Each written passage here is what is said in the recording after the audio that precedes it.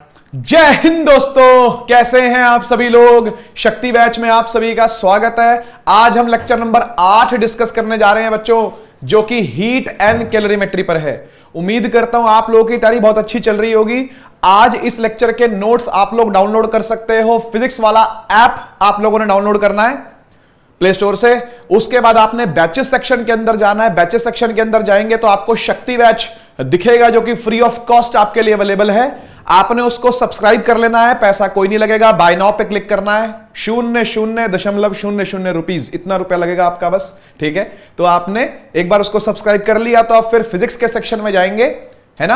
आज की डेट के नीचे जो फिजिक्स की क्लास है उसके नीचे आपको लिंक मिल जाएगा दोस्तों, ठीक है। तो वहां से आप लोग इन नोट्स को डाउनलोड कर सकते हैं। तो चलिए स्टार्ट करते हैं एक और पावर पैक सेशन। जैसा कि हमेशा से एक रिवीजन सीरीज आप लोगों की चल रही है, इस तरीके से एक क्विक रिवीजन हम लोग लेकर के आए हीट एंड कैलोरीमेट्री का। उम्मीद करता हूं आप लोगों ने सारी चीजें एक बार पहले गो थ्रू कर रखी हैं, और कुछ चीजें जो हम थ्योरी से नहीं सीख पाएंगे वो हम हमेशा की तरह क्वेश्चन से सीखने का प्रयास करेंगे। तो बहुत सारे क्वेश्चंस भी लेकर के आए हूं जो कि प्रीवियस ईयर एनडीए, सीडीएस और एयरफोर्स के एग्जाम्स में आपको देखने को मिलते हैं, ठीक है। तो स्टार्ट करें, बेसिक से बिल्कुल स्टार्ट करेंगे और जीरो टू हीरो लेवल तक चलेंगे हीट एंड कैलोरीमेट्री पर। तो चलिए स्टार्ट करते हैं। सबसे पहले हीट होता क्या है यार। हीट एक एनर्जी की फॉर्म है ना।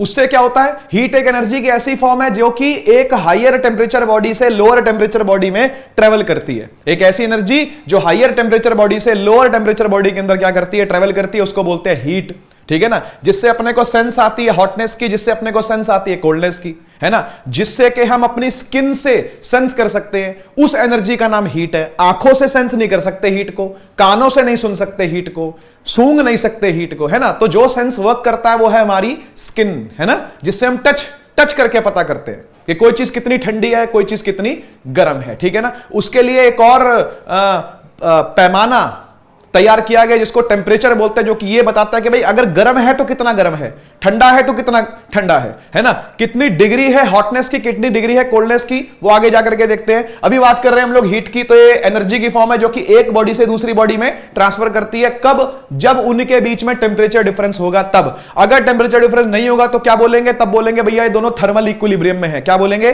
थर्मल इक्विलिब्रियम में है, यानी दोनों सेम टेम्परेचर पर है, ठीक है ना। जैसे आप लोगों ने इमेजिन किया होगा कि मान लीजिए आपने किसी हैंडल को पकड़ा, मान लीजिए फ्रिज का हैंडल है या कुंडी है दरवाजे की, तो वो ठंडी ठंडी लगती है अपने को, है ना। हमारी बॉडी टेम्परेचर से, हमारे हाथ के टेम्परेचर से वो चीज ठंडी होती है। तो थोड़ी देर तक आप पकड़ के रखोगे तो उसको ठंडी ठंडी लगेगी, है ना। सर्दियों में इमेजिन करो इस चीज को। आप सर्दियों में एक ठंडी चीज को आप पकड़ रहे हो, ठंडा ग्लास पकड़ रहे हो, ठंडी आप मान लो आपने कोई बार है, हैंडल बार है, उसको आपने पकड़ा, है ना। तो वो ठंडा ठंडा लगता है शुरू में, है ना। लेकिन थोड़ी देर बाद क्या होता है, थोड़ी देर बाद वो नॉर्मल लगना स्टार्ट हो जाता है। ये नॉर्मल लगना क्यों स्टार्ट हो गया?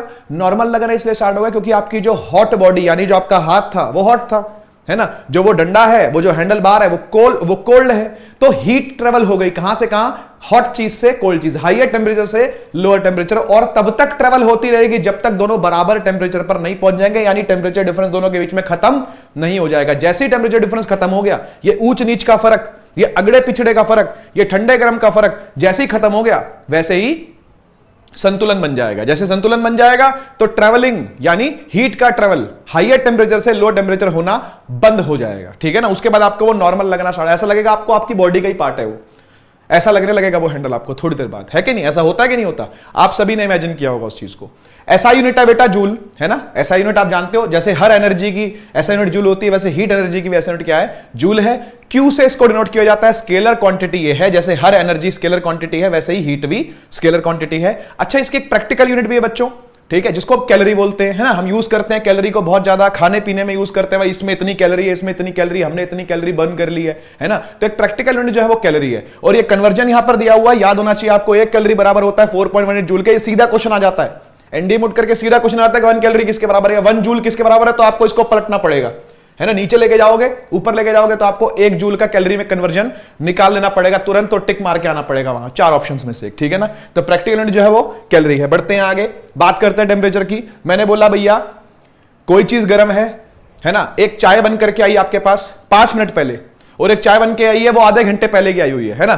तो उम्मीद करता हूं दोनों में हल्की हल्की गर्मी होगी, है ना। आधे घंटे वाली में चलो ठीक है, मान लिया थोड़ी कम गर्म होगी सराउंडिंग के हिसाब से, लेकिन फिर भी वो थोड़ी सी क्या होगी, गर्म होगी। आप उसको हाथ लाओगे, हाँ हल्की हल्की गर्म लगेगी वो, लेकिन जो 5 मिनट पहले बन के आई है वो कैसी होगी, वो ज्यादा गर्म होगी। तो हमें कैसे पता चलेगा कौन सी गर्म है? हम तो बोलेंगे भाई दोनों गर्म है, लेकिन कौन सी ज्यादा गर्म है, कितनी ज्यादा गर्म है? तो उसके लिए कुछ ना कुछ पैमाना, कुछ ना कुछ स्केल डिफाइन करना पड़ता है, and that is called temperature. बात समझ में आई होगी, है ना। कोई लंबा है तो भाई कितना लंबा है ना, तो एक स्केल बना दिया गया कि पता चल जाए उससे भाई तेरी हाइट कितनी है, हाँ भाई तेरी हाइट कितनी है, हाँ भाई तेरी हाइट कितनी है। एक एवरेज हाइट से ऊपर हाइट होगी तो बोलेंगे लंबा है, एक एवरेज हाइट से नीचे हाइट होगी तो बोलेंगे छोटा है, नाटा है ना, बौना है। और अगर उतनी हाइट वाला होगा तो बोलेंगे हाँ भाई तेरी हाइट तो एवरेज है। ऐसे ही टेम्परेचर का हिसाब किताब है, ठीक है ना। एक पैमाना सेट कर दिया गया, एक स्केल सेट कर दिया, वो स्केल्स भी मैं लेकर के आया हूं, आपको दिखाऊंगा, सबके दर्शन कराऊंगा आपको स्केल्स के, ठीक है। तो डिग्री ऑफ हॉटनेस ऑफ और coldness of a body only physical quantity which determines the body is in thermal equilibrium और नॉट। अगर कोई चीज थर्मल इक्विलिब्रियम में है तो वो कौन बताएगा, वो टेम्परेचर बताएगा। कोई चीज थर्मल इक्विलिब्रियम में है तो कौन बताएगा, टेम्परेचर बताएगा। कैसे? एक बॉडी का टेम्परेचर भी उतना ही होगा, दूसरी का भी उतना ही होगा, तो बोलेंगे भैया दोनों सेम टेम्परेचर पर है, यानी वो दोनों थर्मल इक्विलिब्रियम में है, ऐसा बोला जा सकता है क्या नहीं। स्केलर क्वांटिटी है, ऐसा यूनिट केल्विन है, ठीक है ना। और बहुत सारे यूनिट्स होते हैं इसके। थर्मल इक्विलिब्रियम का मतलब क्या होता है? थर्मल इक्विलिब्रियम का मतलब होता है भैया, मान लीजिए ये कोई बॉडी है, ठीक है, ये कोई बॉडी है जिसका टेम्परेचर T1 है, हाइयर, है ना। ऐसी एक और बॉडी इसके साथ चिपका करके रख दी जिसका टेम्परेचर T2 है, कुछ कम टेम्परेचर है उसका, है ना। तो हीट कहां से कहां ट्रेवल करेगी? आपको ये बात समझ में आ रही है कि भैया फर्स्ट बॉडी से सेकंड बॉडी में हीट क्या करती रहेगी, ट्रांसफर करती रहेगी। लेकिन एक ऐसा मोमेंट आएगा कि जब दोनों का टेम्परेचर क्या हो चुका होगा, बराबर हो चुका, क्योंकि इसमें से हीट निकले जा रही है, इसमें भरे जा रही है, इसमें से हीट लॉस हो जा रही है, इसमें हीट गेन हो जा रही है। और ये बात आप ध्यान रखना, कंजर्वेशन ऑफ एनर्जी का प्रिंसिपल पूरे यूनिवर्स में लागू होता है और वो यहां पर भी लागू होता है। कैसे? कि भैया जितनी हीट इसने लॉस करी है उतनी हीट इसने क्या करी है, गेन करी है, for an isolated system. Isolated system का मतलब ये कि और कुछ नहीं है ब्रह्मांड में। आइसोलेटेड सिस्टम हम लोग बहुत जगह पर इमेजिन करते हैं फिजिक्स के अंदर, उसका मतलब ये होता है कि ब्रह्मांड में और कुछ नहीं है सिर्फ इस सिस्टम के अलावा, इस सिस्टम के अलावा कुछ नहीं है ना। तो इस सिस्टम के अलावा कुछ नहीं है तो मतलब क्या हुआ, हीट कहीं और जा नहीं सकती, तो किस में जाएगी, इससे इसमें ही जाएगी। तो हीट यहां से लॉस होकर यहां क्या हो गई, गेन हो गई, है ना। तो हीट गेन्ड बराबर हीट लॉस्ट।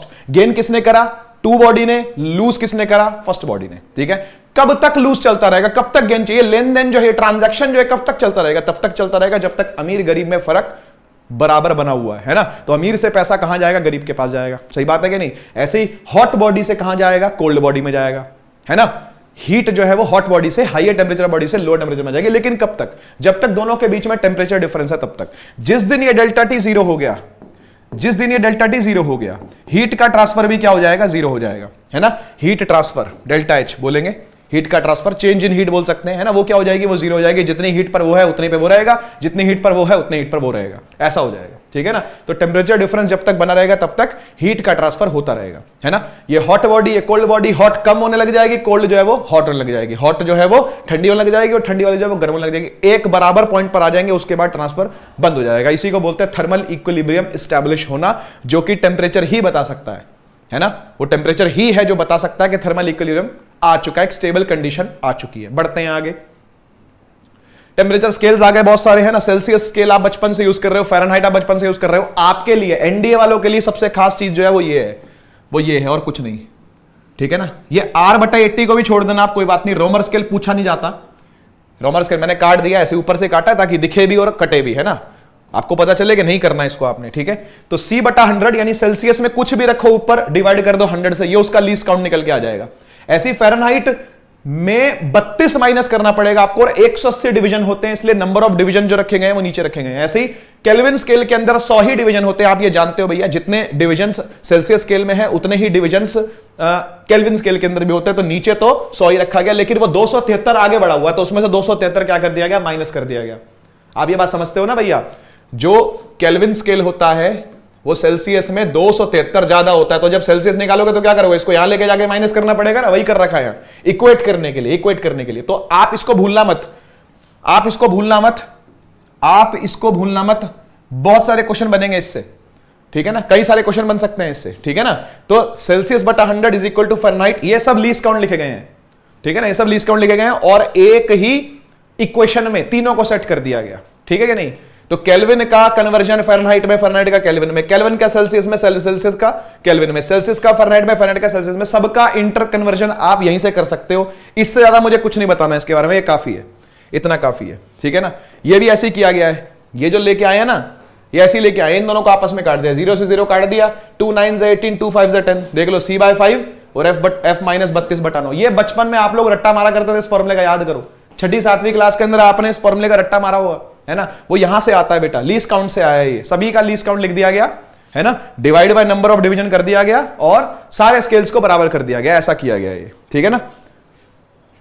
रोमर को छोड़ देना बस आप, ये 3 ध्यान रखना, केल्विन, फ़ारेनहाइट, सेल्सियस, इन तीनों का ही काम मेन रहेगा आपको, ठीक है, कन्वर्जन इन तीनों का मेन रहेगा। बढ़ता हूं आगे। हां, अब बात आती है भैया थर्मल एक्सपेंशन की। देखो क्या होता है, ये थर्मल प्रॉपर्टीज ऑफ मैटर की बातें हैं, है ना। आप में से हो सकता है बहुत सारे बच्चे जो फिजिक्स पढ़ चुके हैं वो लोग ये बात जानते हो, जो नहीं जानते उनको बता देता हूं, उनको पता भी होगा वैसे बात कि भैया गर्मियों के अंदर चीजें एक्सपैंड करती हैं, खासकर metallic bodies, non metallic bodies भी करती है, इसमें कोई शक वाली बात नहीं है। मेटालिक बॉडीज क्या करती हैं, एक्सपैंड करती है ना। आप लोगों ने देखा होगा जो रेलवे के ट्रैक्स होते हैं उनमें जो गर्डर बिछाए जाते हैं उनमें गैप्स होते हैं, जैसे ये पटरी है, ये पटरी, ये दूसरी पटरी स्टार्ट हो रही है, यहां ये पटरी है और यहां ये पटरी है, इसके बीच ये ऐसे ऐसे है, समझ गए ना। इसके ऊपर ट्रेन दौड़ती है, इसके ऊपर ऐसे ट्रेन दौड़ेगी, है ना। तो ये जो बीच का गैप आपको दिख रहा है, ये गैप जानबूझ के छोड़ा जाता है, ये गैप जानबूझ के छोड़ा जाता है। क्यों छोड़ा जाता है पता है, ये गैप जानबूझ के इसलिए छोड़ा जाता है ताकि गर्मियां पड़े अगर, है ना, और ये पहले से ही पास पास अगर ऐसे होंगे तो एक दूसरे पर चढ़ जाएंगे, ऐसे करके ऐसे हो जाएंगे, ये उबड़ खाबड़ हो जाएगा, एक्सीडेंटल कंडीशन बन सकती है ट्रेन को लेकर के, है कि नहीं, है ना। तो इसलिए पहले से क्या करते हैं, गैप छोड़ते हैं, इतना गैप छोड़ते हैं कि गर्मियां हो तो ये एक्सपैंड करके थोड़ा थोड़ा पास आ जाए, ये ना हो एक दूसरे के ऊपर चढ़ जाए। अगर बिल्कुल चिपके होंगे तो एक दूसरे के ऊपर चढ़ सकते हैं, है कि नहीं। तो गर्मियों में चीजें एक्सपैंड करती हैं, बात खत्म, ठीक है ना। गर्मियों में टेम्परेचर बढ़ाया जाएगा तो चीजें क्या करेंगी, एक्सपैंड करेगी। उसके अंदर आप लोगों ने सबसे पहले पढ़ना है सॉलिड्स का एक्सपेंशन, ठीक है। सबसे पहले आपने पढ़ना है सॉलिड्स का, फिर पढ़ेंगे लिक्विड्स का, फिर पढ़ेंगे गैसेस का। गैसेस में क्या क्या चीजें चेंज होती है, वॉल्यूम कैसे चेंज होती है, प्रेशर कैसे चेंज होता है। एक फॉर्मूले से आप लोगों को बातें समझ में आ जाएंगी, मैं समझाने की कोशिश करूंगा आपको, ठीक है।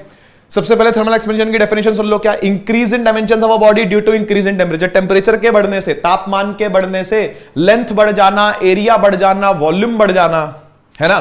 3 डायमेंशनल एक्सपेंशन होती है, 1 डायमेंशनल हो सकती है, 2 डायमेंशनल हो सकती है, ये सब रिलेटिव बातें हैं, है ना। अगर आप रिफिल सोचो या पतला सा कोई पतली सी आप रॉड सोचो, है ना, तो रॉड के अंदर तो सिर्फ लॉन्गिट्यूडनल एक्सपेंशन ही होगा, एरियल एक्सपेंशन अपन लोग इमेजिन नहीं कर सकते, वॉल्यूम इमेजिन नहीं कर सकते। अगर बहुत पतली सी चीज है तो, कोई पतली वायर है अगर, है ना, तो पतली वायर को हम क्या बोलते हैं, ये एक तरह की रॉड है, 1D फिगर माना जाता है उसको, है ना, क्योंकि जो उसकी लेंथ होती है वो उसकी रेडियस के मुकाबले बहुत बड़ी होती है, इनफाइनाइटली लार्ज मान सकते हैं हम उसको, है कि नहीं। तो इसीलिए सॉलिड्स के अंदर आपने सबसे पहले जो पढ़ना है वो पढ़ना है लीनियर एक्सपेंशन। लीनियर का मतलब क्या होता है, line wise expansion. Line wise का मतलब लॉन्गिट्यूडनल, लंबाई कैसे बढ़ रही है ना, लंबाई कैसे बढ़ रही है गर्मी बढ़ाने से, टेंपरेचर बढ़ाने से लंबाई कैसे बढ़ रही है किसी चीज की, दैट इज लीनियर एक्सपेंशन। कैसे समझ में आएगा ये, देखो होता क्या है कि हर सब्सटेंस का अपना एक कोएफिशिएंट होता है, होएगा ही। सब्सटेंस अलग अलग है, अलग अलग, कोई कॉपर है, कोई आयरन है, कोई निकल है, कोई कोबाल्ट है, कोई एल्यूमिनियम है ना, कोई मैग्नीशियम है, कोई मैंगनीज है, सारे अलग अलग सब्सटेंस है, सबका अपना अपना अल्फा होता है। अल्फा क्या है, कोएफिशिएंट ऑफ लीनियर एक्सपेंशन। गर्मी देने पर कौन कितना बढ़ेगा ये भाई उस सब्सटेंस पे डिपेंड करता है ना, और उस सब्सटेंस के इस कोएफिशिएंट पे डिपेंड करता है जिसको कहते हैं कोएफिशिएंट ऑफ लीनियर एक्सपेंशन, ठीक है ना। ये कैसे डिफाइन होता है, ये कैसे डिफाइन होता है एक बार पढ़ते हैं। लीनियर एक्सपेंशन, ठीक है ना, expansion takes place along a line, एक लाइन के अलोंग, जैसे रॉड में आया, वायर में आया, रिंग में आया, वगैरह वगैरह, ठीक है ना। उस तरीके के एक्सपेंशन को क्या बोलते हैं, लीनियर एक्सपेंशन बोलते हैं। बढ़िया, समझ में आ गई बात, है ना।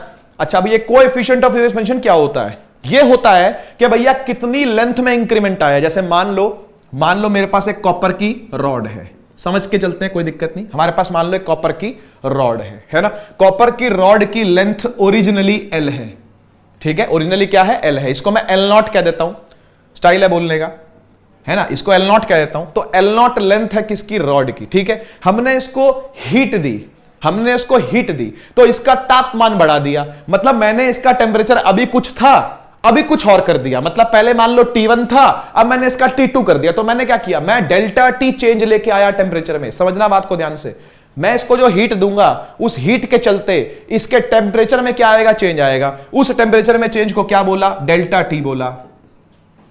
टेम्परेचर में चेंज आएगा उसको क्या बोला, डेल्टा टी बोला। जब भी हीट दूंगा तो क्या आएगा, टेम्परेचर में चेंज आएगा। तो मैंने टेम्परेचर में इसके चेंज किया, डेल्टा टी इंक्रीज किया, this is rise in temperature, this is rise in temperature. और क्या हुआ, और इसकी लंबाई बढ़ गई, और इसकी लंबाई बढ़ गई। अब इसकी लंबाई हो गई है एल, ठीक है, अब इसकी लंबाई हो गई है एल। तो मुझे एक बार बताओ, ये जो टुकड़ा थोड़ा सा बड़ा है, ये जो थोड़ा सा बड़ा है, उसको हम अगर डेल्टा एल बोले, है ना, चेंज इन लेंथ बोले, चेंज इन लेंथ, तो वो कैसे निकलेगा, वो कैसे निकलेगा, वो निकलेगा final length minus initial length. यहां हां की ना, फाइनल लेंथ माइनस, यानी एल माइनस एल नॉट, यही तो होगा। जो चेंज इन डायमेंशन आई है वो कितनी आई है, एल माइनस एल नॉट। तो आपने क्या करना है पता है, अब कैसे अल्फा को डिफाइन करना है, सुनना, ठीक है।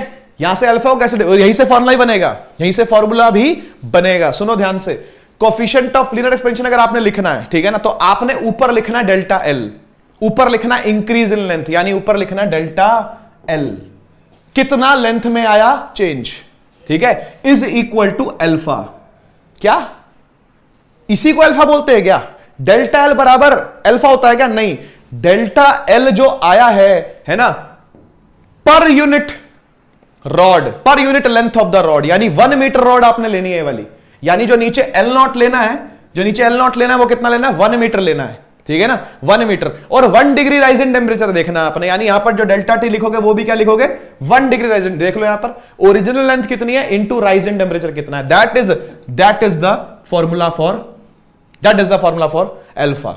इस फॉर्मूले में से कोई भी चीज पूछी जा सकती है, बाकी तीनों चीजें गिवन होंगी।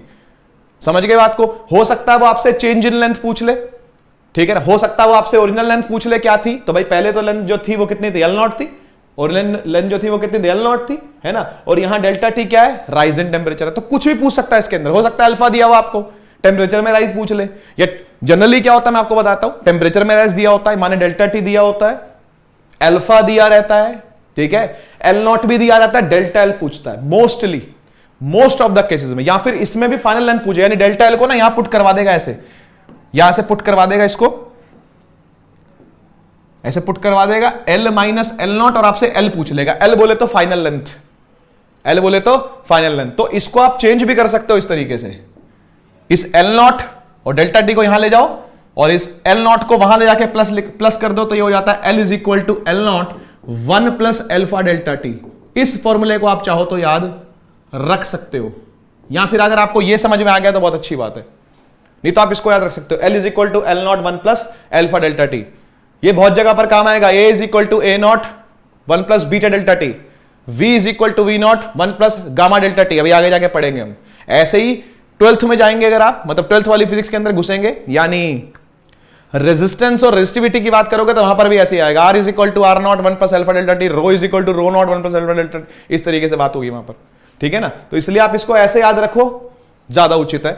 एल का मतलब फाइनल लेंथ हो गई, एल नॉट का मतलब इनिशियल लेंथ, यानी जो पहले पहले ये था, ठीक है। 1 प्लस एल्फा का मतलब हो गया कोएफिशिएंट ऑफ लीनियर एक्सपेंशन, ये गिवन वैल्यू होगी, हर सब्सटेंस की अलग होती है, ठीक है। और डेल्टा टी का मतलब आ गया राइज इन टेम्परेचर, ठीक है, डेल्टा टी का मतलब आ गया राइज इन टेम्परेचर, ठीक है ना। तो आई होप आपको ये सारी बात समझ में आई है, ठीक है। यूनिट आप देख सकते हो पर डिग्री सेल्सियस है, क्योंकि ऊपर भी लेंथ है नीचे भी लेंथ है, ऊपर भी लेंथ नीचे भी लेंथ, लेंथ वाले कट जाएंगे मामले सारे, है ना। और नीचे क्या बचेगा, सिर्फ टेम्परेचर डिफरेंस बचेगा, वो ऊपर जाके क्या बन जाएगा, पर डिग्री सेल्सियस बन, यानी डिग्री सेल्सियस -1 ऐसे लिखा जाएगा इसको। समझ गए बात को, ठीक है। बढ़ते हैं आगे, बात करते हैं सुपरफिशियल एक्सपेंशन, इसको एरियल एक्सपेंशन भी कह सकते हो आप, वैसे सुपरफिशियल ही कहते हैं, समझने के लिए इसको आप एरियल ही कह सकते हो, ठीक है। 2D फिगर्स हैं, सर्कल है, स्क्वायर है, लेमिना है, लेमिना का मतलब होता है पत्ती, पतली सी पत्ती जिसकी थिकनेस बहुत कम होती है, इस तरह की कोई पत्ती है, ठीक है ना, जिसकी थिकनेस बहुत कम है, जैसे यहां लिखा भी हुआ है इन केस ऑफ लेमिना, ठीक है ना।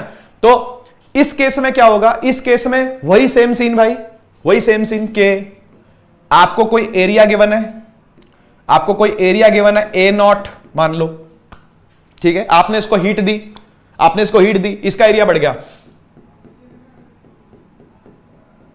है ना, दो तरफा बढ़ेगा ना, 2D एरिया बढ़ेगा ना इसका, अब 2D एरिया बढ़ चुका है इसका, है ना, एरिया इसका बढ़ गया, अब बढ़ गया तो भाई इस एरिया को ए बोलो आप, इस एरिया को ए बोलो आप, ठीक।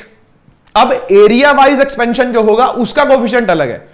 लेंथ वाइज जो एक्सपेंशन होता है उसका कोफिशिएंट अलग है, एरिया वाले का कोफिशिएंट अलग है। एरिया वाले को बोलते हैं बीटा, ये देखो बीटा आया हुआ है, ठीक है ना, बीटा आया हुआ है। तो यहां पर भी आपने सेम काम करना है, ऊपर लिखना है चेंज इन डायमेंशन यानी इंक्रीज इन एरिया, है ना, अपॉन में पर यूनिट एरिया यानी 1 मीटर स्क्वायर, और 1 डिग्री राइज बढ़ाने में कितना इंक्रीज आया एरिया के अंदर, दैट इज बेसिकली बीटा।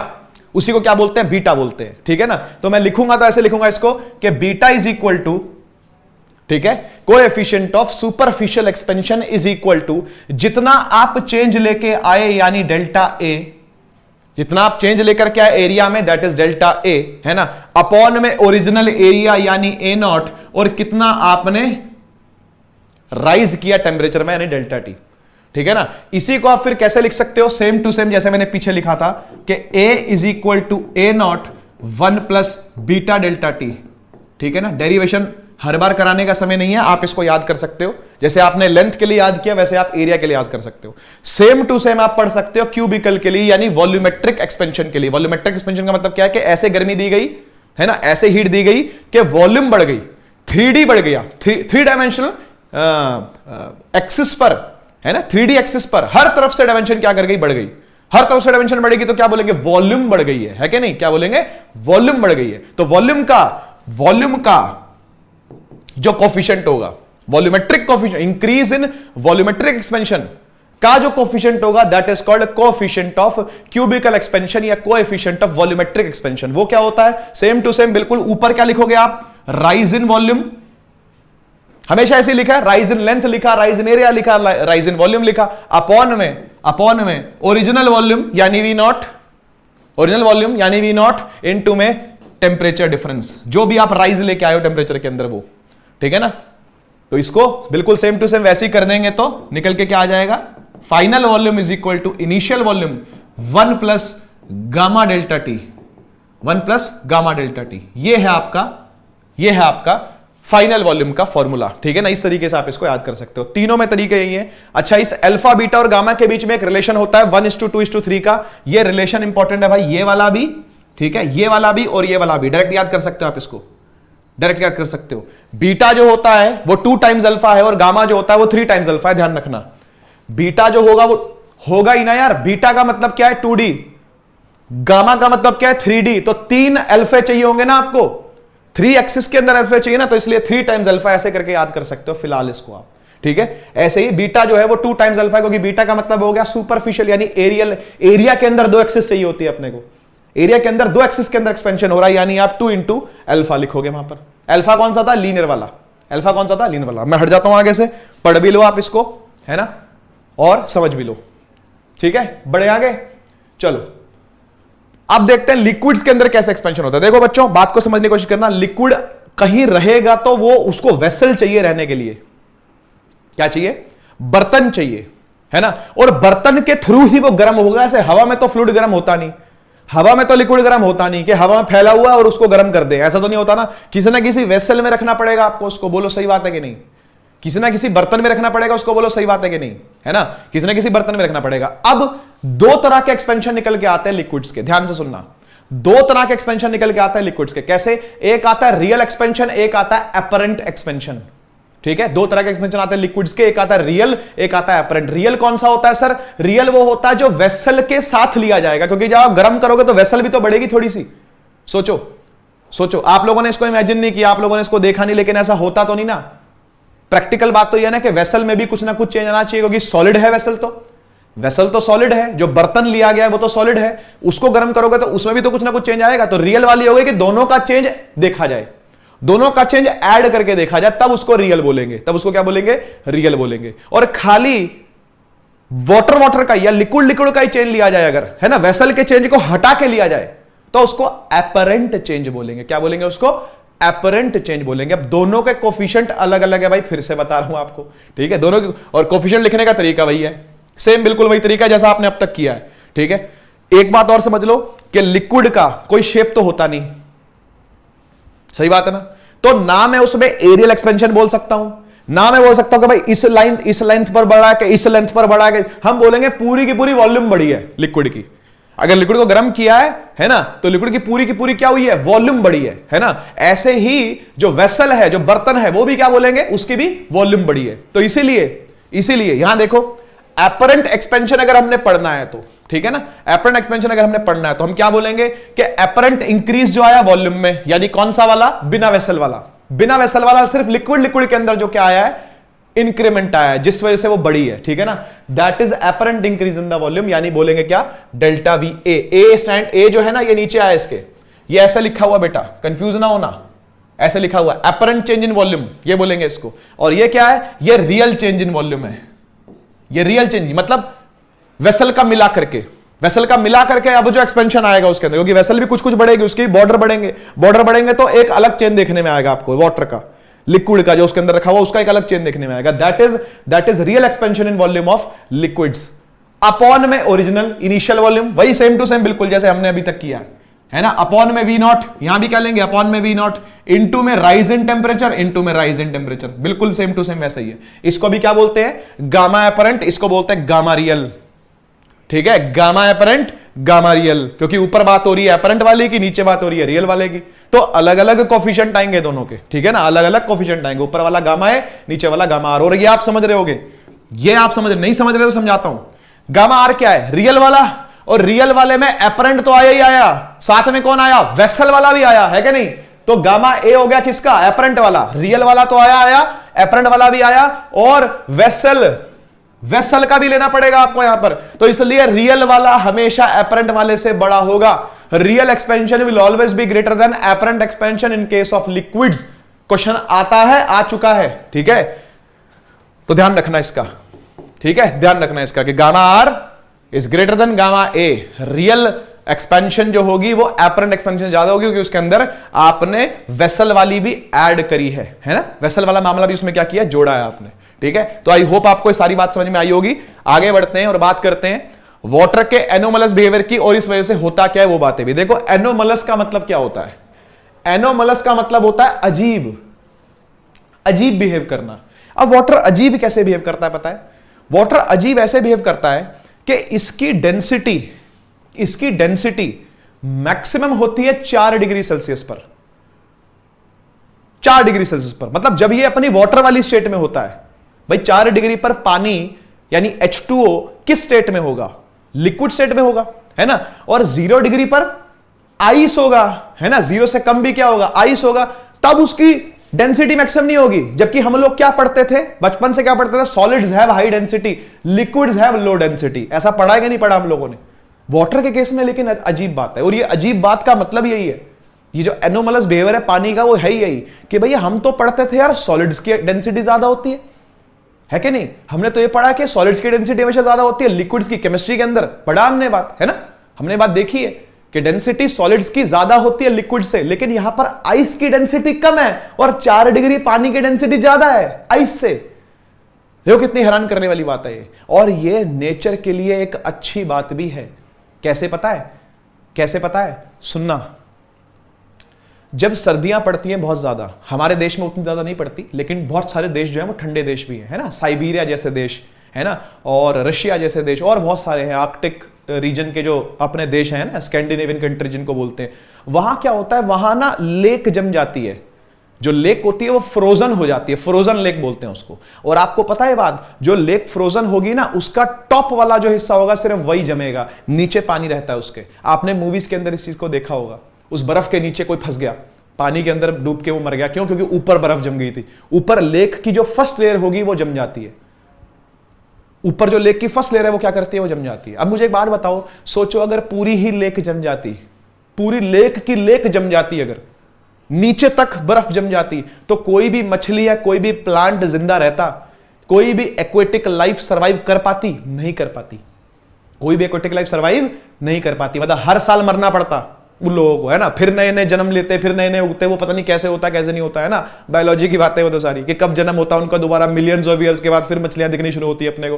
तो ऐसा नहीं होता, ऐसा नहीं होता, है ना। लेक पूरी नहीं जमती कभी भी, कभी भी पूरी लेक नीचे तक नहीं जमती। अगर लेक ऐसी है, अगर लेक ऐसी है तो यहां जमेगी, ऊपर जमेगी, ठीक है ना, ऊपर जमेगी। यहां पर होगा 0 डिग्री सेल्सियस वाली आइस, जो फ्रोजन लेक है वो यहां फ्रीज होगी, यहां फ्रीज होगी। नीचे आपको 4 डिग्री सेल्सियस वाला पानी मिलेगा, क्योंकि 4 डिग्री सेल्सियस वाले पानी की डेंसिटी ज्यादा है, तो वो क्या करेगा, वो नीचे बैठेगा। और बर्फ जिसकी डेंसिटी 0 डिग्री पर कम है वो ऊपर चली जाएगी। यही तो हो रहा है यहां पर, यही तो हो रहा है यहां पर। तो मछलियां क्या करती हैं बता, बहुत ज्यादा सर्दी पड़ती है मछलियां नीचे आ जाती हैं, मछलियां नीचे चली जाती हैं। मछलियां कहती हैं मरना थोड़ी ऊपर जाके, हमको 0 डिग्री पर मरना थोड़ी है, वो नीचे आ जाती है, 4 डिग्री पर आ जाती है और नीचे चली जाती है। तो ये सिस्टम है। 4 डिग्री सेल्सियस वाला पानी जो है वो सबसे ज्यादा डेंसिटी वाला है, इसलिए वो आपको सबसे नीचे मिलेगा। फिर 3 डिग्री वाला, फिर 2 डिग्री वाला, फिर 1 डिग्री वाला, फिर 0 डिग्री, और उसके ऊपर तो आप जानते हो कि भाई एटमॉस्फेयर है ना। फिर तो एटमॉस्फेरिक जो प्रेशर लग रहा होगा, जो टेम्परेचर होगा वो एटमॉस्फेयर का होगा। ये पानी की बातें हो रही है, पानी और बर्फ की बातें हो रही है। समझ में आई बात? तो इस एनोमलस, इस अजीब बिहेवियर की वजह से कितने एक्वेटिक लाइफ सर्वाइव कर पाती है, उनकी जान बची रहती है, ये कितनी हैरान करने वाली बात है अपने आप में। ठीक है ना। तो हां, अजीब बिहेवियर तो है पानी का, लेकिन इसकी वजह से क्या होता है, जीव जंतु एक्वेटिक लाइफ जो है वो सर्वाइव कर पाती है, वो जी पाती है। पूरी सर्दियां निकाल देगी, फिर गर्मी आ जाएगी, फिर ऊपर आ जाएंगे वो सारी, बर्फ पिघलेगी, फिर ऊपर आ जाएंगे वो सारी। ऐसा चलता रहता है, ऐसा चलता रहता है। ठीक है ना। पढ़ते एक बार इसको, क्या लिखा हुआ है, water shows maximum density at 4 degree Celsius. ठीक है ना। 4 डिग्री सेल्सियस पर डेंसिटी जो होगी वो मैक्सिमम होगी। सर फिर 0 से लेकर 4 के तक क्या होगा? 0 से लेकर 4 तक वो इंक्रीज करती है, और 4 के बाद क्या होगा? 4 के बाद वो डिक्रीज करती है। ग्राफ दिखाता हूं इसका कैसा होता है। इसका ग्राफ कुछ ऐसा होता है, साइड में दिखा रहा हूं छोटा सा बना के। Graph is not very important. अगर आप साइंस के स्टूडेंट है तो हाँ आपके लिए इंपॉर्टेंट है जेईई में पढ़ना, लेकिन एनडीए के अंदर पूछा नहीं गया है ना। डेंसिटी का और टेम्परेचर का अगर मैं ग्राफ बनाऊं, यहां पर डेंसिटी का और टेम्परेचर का अगर मैं ग्राफ बनाऊं, तो ग्राफ कुछ ऐसे उठता है और फिर ऐसे गिरता है। ठीक है ना। और यहां पर 4 डिग्री सेल्सियस है, इस पर डेंसिटी जो होगी पानी की वो 1 ग्राम पर सेंटीमीटर क्यूब होगी, है ना, जो कि मैक्सिमम है। 4 डिग्री सेल्सियस पर ये होती है। ठीक है ना। ऐसी वॉल्यूम का जो बनेगा वो उल्टा बनेगा। डेंसिटी वॉल्यूम आप जानते हो उल्टी चीज होती है ना। तो यहां वॉल्यूम टेम्परेचर अगर रहेगा तो 4 डिग्री पर, 4 डिग्री सेल्सियस पर ऐसा ग्राफ बनेगा, ऐसा ऐसा उल्टा। इसका एकदम क्या बोलते हैं, मिरर इमेज बनेगी इसकी, है ना। वॉल्यूम मिनिमम रहेगी, वॉल्यूम मिनिमम रहेगी। 4 डिग्री सेल्सियस पर वॉल्यूम मिनिमम रहेगी, 4 डिग्री सेल्सियस पर डेंसिटी मैक्सिमम रहेगी। Density is equal to mass upon volume, ये आपको पता है ना। Density is equal to mass upon volume. तो मास तो उतना ही रहेगा भाई, बर्फ हो चाहे पानी हो, मास ने तो उतना ही रहना है। मॉलिक्यूल्स तो उतने रहेंगे, मोल तो उतने रहेंगे, वेट ऑफ द सब्सटेंस तो उतना ही रहेगा। रो और वी में चेंज आता रहेगा, रो बढ़ेगा, वी घटेगा, वी बढ़ेगा, रो घटेगा, इन दोनों में चेंज आता रहता है ना। मास में तो क्या ही चेंज आएगा। समझ गए बात को? तो आई होप आपको बात समझ में आई होगी कि 0 से लेकर के, यहां 0 होगा, यहां 0 डिग्री होगा, 0 डिग्री से लेकर के 4 डिग्री तक इंक्रीज आता है, राइज आता है डेंसिटी के अंदर। 4 के बाद फॉल आता है, 4 के बाद फॉल आता है। ठीक है। और पढ़ते हैं, और पढ़ते हैं। अब गैसेस की बात हो गई, गैसेस के एक्सपेंशन की बात हो गई। अब भैया ऐसा है कि प्रेशर के चेंज से गैस में चेंज आता है, वॉल्यूम के चेंज से गैस में चेंज आता है। ठीक है ना। मतलब आप टेम्परेचर को चेंज करोगे, टेम्परेचर को चेंज करोगे, टेम्परेचर में जब चेंज आएगा तो दोनों में, प्रेशर में भी और वॉल्यूम में भी चेंज आता है। तो उसके लिए ये वॉल्यूम कोफिशिएंट निकालने का फॉर्मूला और ये प्रेशर को, ये बहुत ज्यादा इंपॉर्टेंट नहीं है, इनको देख जाओ बस, आप बिल्कुल वैसे ही निकल रहे जैसे निकल रहे थे, है ना। चेंज इन वॉल्यूम, ऊपर क्या लिखा है, ऊपर लिखा है चेंज इन वॉल्यूम, अपॉन में क्या लिखा है, अपॉन में लिखा है ओरिजिनल वॉल्यूम, और फिर क्या लिखा है, राइज इन टेम्परेचर। फिर क्या लिखा है, राइज इन, इसको बोलते हैं वॉल्यूम कोफिशिएंट। ये जो निकाला इसको बोलते हैं वॉल्यूम कोफिशिएंट। ऐसी प्रेशर कोफिशिएंट क्या होगा, प्रेशर में चेंज अपॉन में ओरिजिनल प्रेशर इनटू में टेम्परेचर चेंज, है ना। ये जो निकल के आएगा ये आएगा अपना प्रेशर कोफिशिएंट ऑफ गैसेस, ये वॉल्यूम कोफिशिएंट ऑफ गैसेस। इस तरीके से टेम्परेचर के चेंज से जो वॉल्यूम में चेंज आया और जो प्रेशर में चेंज आया वो निकल के आ जाएगा, वो निकल के आ सकता है। ठीक है। बढ़ते हैं आगे। अब बात आती है स्पेसिफिक हीट की। ठीक है। देखो स्पेसिफिक हीट क्या होता है, स्पेसिफिक हीट क्या होता है, स्पेसिफिक हीट ये होता है कि किसी भी सब्सटेंस को, और ये बहुत इंपॉर्टेंट चीज है, ठीक है ना, ये बहुत इंपॉर्टेंट चीज है, ठीक है, किसी भी चीज का टेम्परेचर 1 डिग्री बढ़ाने के लिए, क्या बोला, किसी भी चीज का टेम्परेचर 1 डिग्री बढ़ाने के लिए 1 किलो के मास का, मास होना चाहिए 1 kg, ध्यान रखना, मास होना चाहिए यूनिट मास, यूनिट मास का टेम्परेचर 1 डिग्री सेल्सियस बढ़ाने में कितनी हीट लगती है, कितनी हीट लगेगी, दैट इज उसका स्पेसिफिक हीट। इसी को क्या बोलते हैं, उसकी स्पेसिफिक हीट। ये भी सब्सटेंस टू सब्सटेंस वेरी करती है। अगर आपके घर में 9 तरह की दालें हैं, है ना, 6 तरह की सब्जियां हैं, तो सबकी स्पेसिफिक हीट अलग होगी। कॉफी की स्पेसिफिक हीट अलग है, चाय की अलग है, चीनी की अलग है, पानी की अलग है, गैसेस की अलग है, सारे सब्सटेंसेस की, मिक्सचर्स की अलग अलग है। जितने जितने मिक्सचर होंगे सबकी स्पेसिफिक हीट अलग अलग होगी। ऐसा ही है। 1 किलो का सब्सटेंस यानी यूनिट मास आपने लिया, उसका टेंपरेचर यूनिट डिग्री बढ़ाने में कितनी हीट लगाई गई है, दैट इज स्पेसिफिक हीट। पढ़ते हैं एक बार इसको। The amount of heat required, कितनी हीट अपने को चाहिए to raise the temperature of, उसका टेंपरेचर यूनिट मास का, यूनिट मास का ध्यान रखना। 1 kg सब्सटेंस लेना है आपने। ये नहीं कि भाई इतना बड़ा कड़ाहा लेकर के आप बैठ गए, इतनी बड़ी कढ़ाई लेके आप बैठ गए दाल की, है ना, और आप इतनी छोटी सी कटोरी लेके बैठ गए दाल की। कौन सी जल्दी गर्म होगी दोनों में से बताओ? कौन सी जल्दी गर्म होगी? तो छोटी कटोरी वाली, क्योंकि मास उसका कम है। इसका मास बहुत ज्यादा है, इसको गर्म होने में बहुत टाइम लगेगा। इस दाल को बनने में आधा घंटा लगेगा, और इतनी कटोरी दाल को गर्म करने में क्या लगेगा आपको? 5 मिनट या 10 मिनट लगेंगे मैक्सिमम आपको, है कि नहीं? तो यहां पर हीट लगेगी ज्यादा, यहां पर हीट लगेगी कम। यहां तो सिलेंडर खाली हो जाएगा, और यहां सिलेंडर का हो सकता है थोड़ा सा ही पार्ट जो है वो यूज डेपो, है कि नहीं? ऐसे ही होगा कि नहीं होगा? तो स्पेसिफिक हीट का मतलब हो गया भैया 1 किलो के लिए डिफाइन कर ले। ये नहीं कढ़ाई लेके बैठ गया तो दाल की, ये नहीं कि छोटी सी कटोरी ना, 1 kg सब्सटेंस ले लो। जो भी सब्सटेंस लेना है उसको 1 kg ले लो आप।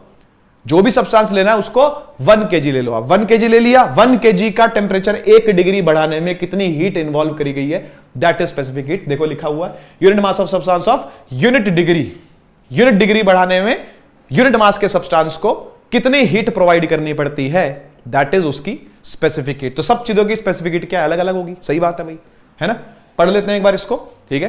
तो जो हीट है, हीट को Q से डिनोट कर सकते हैं, है ना? H से भी करते हैं, लेकिन Q से कर लेना चाहिए भाई, किताबों में Q लिखा होता है, ठीक है ना? तो Q से नोट कर रहे हैं इसको, हीट को। और Q जो है वो आप समझ रहे हो कि भैया मास जितना ज्यादा होगा उतनी ज्यादा क्या लगानी पड़ेगी आपको, हीट लगानी पड़ेगी। सही बात है ना? अच्छा, टेम्परेचर का डिफरेंस जितना ज्यादा चाहते हो, आप चाहते हो 1 डिग्री राइज लेके आना, 2 डिग्री राइज लेके आना है, 3 डिग्री राइज लेके आना है, 4 डिग्री राइज लेके, तो क्या करना पड़ेगा? हीट क्या ज्यादा लगानी पड़ेगी आपको, है ना? दोनों को क्लब कर दिया, क्लब करके बन गया Q proportional M delta T, है ना? और ये प्रोपोर्शनलिटी का साइन हटेगा तो लगेगा C, है ना? C लगता है, तो ये बन जाता है फॉर्मूला MC डेल्टा T। इस तरीके से आप इस फॉर्मूले को याद कर सकते हो। न्यूमेरिकल में आ सकता है फॉर्मूला, आ सकता है। अब आप ये समझ लो कितनी कितनी चीजों पे डिपेंडेंसी है। यहां मास पे डिपेंडेंसी है, टेम्परेचर के डिफरेंस पे डिपेंडेंसी है, और ये स्पेसिफिक हीट का जो कोएफिशिएंट होता है उस पे भी डिपेंडेंसी है। सब चीजों की स्पेसिफिक हीट अलग अलग होती है, इस बात का ध्यान रखना, ठीक है? यहां तक ये सारी बात हो गई खत्म, है ना? इसने S से कर रखा है, हम C से कर सकते हैं, कोई दिक्कत नहीं, दोनों से चलता है। स्पेसिफिक हीट कैपेसिटी बोलते हैं वैसे उसको, जो कि C से डिनोट होते हैं, उसको स्पेसिफिक हीट कैपेसिटी बोलते हैं। यहां पर दोनों को एक सा ही टर्म मान रखा है, स्पेसिफिक हीट को और स्पेसिफिक हीट कैपेसिटी को एक सा ही टर्म मान रखा है, ठीक है? तो Q is equal to MC delta T हो गया, ठीक है? अच्छा, ये मोलर स्पेसिफिक हीट है, ये बिल्कुल सेम टू सेम बिल्कुल वैसे डिफाइन होता है जैसे वहां पर 1 kg लेते हैं ना, यहां पर 1 मोल लेते हैं। वहां पर सब्सटेंस जो लिया था वो किलोग्राम में लिया था, यहां जो लिया जाता है वो मोल में लिया जाता है, बस और कोई फर्क नहीं है। मोलर स्पेसिफिक हीट और स्पेसिफिक हीट में और कोई फर्क नहीं है। वहां पर 1 किलो का सब्सटेंस था, यूनिट मास था या यूनिट मोल है, बस इतना ही फर्क है। वहां यूनिट मास था या यूनिट मोल है, ठीक है? एक बात और बतानी है मुझे आपको, बहुत इंपॉर्टेंट है वो। हाँ, ये हो चुका है, स्पेसिफिक हीट कैपेसिटी ये हो चुकी है ना, MC डेल्टा T लिखा हुआ है, MC डेल्टा T लिखा हुआ है, ये हो चुका है, ठीक है? अच्छा, देखो यार,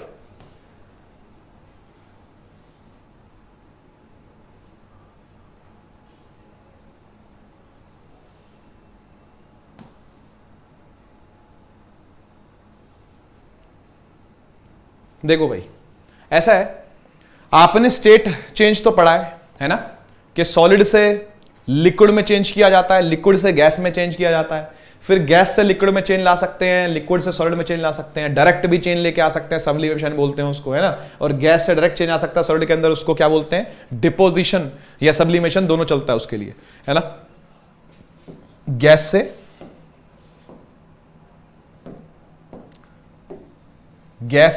डायरेक्ट सॉलिड में चेंज लेके आ सकते हैं, डिपोजिशन कह देते हैं बस उसको, डिपोजिशन, ठीक है ना? डिपोजिशन कह देते हैं उसको। तो कोई दिक्कत नहीं, सुनते हैं समझते हैं बात को। देखो ऐसा है यार, आपसे एक बड़ी जरूरी चर्चा करनी है मैंने, और जरूरी चर्चा पता क्या है? जरूरी चर्चा ये है कि जो हीट है ना यार, वो एक बार में एक ही काम कर सकती है। क्या बोला? जो हीट है ना वो एक बार में एक ही काम कर सकती है। सर समझ नहीं आया, जरा समझाओ। हीट एक बार में एक ही काम कर सकती है, या तो वो तापमान को चेंज कर सकती है, टेम्परेचर को इंक्रीज या डिक्रीज कर सकती है, ठीक है, या फिर वो स्टेट को चेंज कर सकती है। दोनों काम इकट्ठे नहीं हो सकते कभी भी, ठीक है ना। अभी लेटेंट हीट आने वाला है, लेटेंट हीट की थोड़ी सी भूमिका दे रहा हूं मैं आपको, थोड़ा सा इंट्रोडक्शन दे रहा हूं लेटेंट हीट का। लेटेंट हीट का मतलब यही होता है कि भैया जब टेम्परेचर का चेंज रुक जाए, हॉल्ट पे आ जाए और सिर्फ स्टेट का चेंज हो रहा हो। जब सिर्फ और सिर्फ किसका चेंज हो रहा हो, स्टेट का चेंज हो रहा हो। स्टेट का चेंज होने का मतलब सॉलिड से लिक्विड जाना या लिक्विड से गैस जाना, ठीक है। इसको थोड़ा सा और एक्सपैंड करके बताता हूं मैं क्या बोल रहा हूं। देखो हीट है ना, क्यू है ना, इसके दो काम होते हैं, इसके दो काम होते हैं मुख्यतः। पहला, टेम्परेचर में चेंज लेके आना, किसी भी बॉडी के, है ना, टेम्परेचर में क्या लेके आना, चेंज लेके आना। एक बात जो कि हमने स्पेसिफिक हीट की बातें करी अभी, है ना, 1 यूनिट मास का टेम्परेचर 1 डिग्री बढ़ाने में कितनी हीट लगेगी, तो हीट ही तो लग रही है। टेम्परेचर चेंज करने में कौन लग रहा है, हीट ही तो लग रही है ना। तो हीट यहां तो करती है टेम्परेचर चेंज, यहां करती है स्टेट चेंज, यहां करती है स्टेट चेंज, ठीक है। टेम्परेचर चेंज जहां करती है वहां हम पढ़ते हैं स्पेसिफिक हीट को, वहां स्पेसिफिक हीट का कॉन्सेप्ट आता है। और जहां स्टेट चेंज करती है वहां लेटेंट हीट का टॉपिक आता है, वहां लेटेंट हीट आता है, ठीक है। ये बात आप ध्यान रखना, ये बात आप ध्यान रखना। एक बार में एक ही काम कर पाएगी, टेम्परेचर को या तो राइज करेगी। अब टेम्परेचर को राइज करने का क्या मतलब होता है, देखो टेम्परेचर जब भी चेंज होता है ना, आप जब हीट देते हो ना, तो जो मॉलिक्यूल्स होते हैं उनका वाइब्रेशन बढ़ता है, उनकी काइनेटिक एनर्जी क्या करती है, बढ़ती है। तो बेसिकली उस टाइम पर हीट क्या कर रही होती है, हीट काइनेटिक एनर्जी को चेंज कर रही होती है। पहले धीरे धीरे वाइब्रेट करते हैं, आपने हीट दे दी, तेज तेज वाइब्रेट करना स्टार्ट हो जाएंगे, टेम्परेचर बढ़ जाएगा। Temperature is the basic property of kinetic energy, इस बात का ध्यान रखना आप। टेम्परेचर की बेसिक प्रॉपर्टी कौन है, काइनेटिक एनर्जी। काइनेटिक एनर्जी से ही टेम्परेचर बनता है, काइनेटिक एनर्जी के बढ़ने से ही टेम्परेचर बढ़ता है। तो यानी हीट क्या कर रही है, टेम्परेचर चेंज करने का मतलब क्या, टेम्परेचर चेंज करने का मतलब क्या, टेम्परेचर चेंज करने का मतलब है कि ये काइनेटिक एनर्जी में क्या लेके आती है बेटा, चेंज लेके आती है। काइनेटिक एनर्जी को इंक्रीज करती है, बेसिकली ये कह सकते हैं हम। जब भी हीट जाएगी काइनेटिक एनर्जी बढ़ेगी, काइनेटिक एनर्जी बढ़ेगी, टेम्परेचर का चेंज क्या होगा, बढ़ेगा, ठीक है। लेकिन सर अगर टेम्परेचर का चेंज नहीं बढ़ रहा, तब क्या हो रहा होगा, तब हीट क्या कर रही होगी, तब ये हीट का नाम लेटेंट हीट क्यों रखा गया बेटा, लेटेंट इसलिए रखा गया क्योंकि लेटेंट का मतलब होता है हिडन, लेटेंट का मतलब होता है छुपी हुई। तो सर ये छुप छुपा के क्या काम कर रही है, छुपी हुई, ये छुप छुपा के क्या काम कर रही है, ये हीट जो है वो छुप छुपा के क्या काम कर रही है बेटा, ये स्टेट को चेंज कर रही है। स्टेट को चेंज करने का क्या मतलब है, ये इंटरमोलिक्यूलर अट्रैक्शन जो है ना, जो बॉन्ड बने हुए हैं, है ना, जो मॉलिक्यूल्स के बीच में बॉन्ड बने हुए हैं, उनको तोड़ने का काम कर रही होती है, उसको ओवरकम करने का काम कर रही होती है। समझ में आई बात, समझ में आई बात। यानी यहां पर ये क्या कर रही होती है, यहां पर ये बॉन्ड्स को ब्रेक कर रही होती है। सीधी भाषा में लिख रहा हूं, ज्यादा अंग्रेजी नहीं लिख रहा, ठीक है ना। बॉन्ड्स को क्या करती है, ब्रेक करती है, सिंपल बात।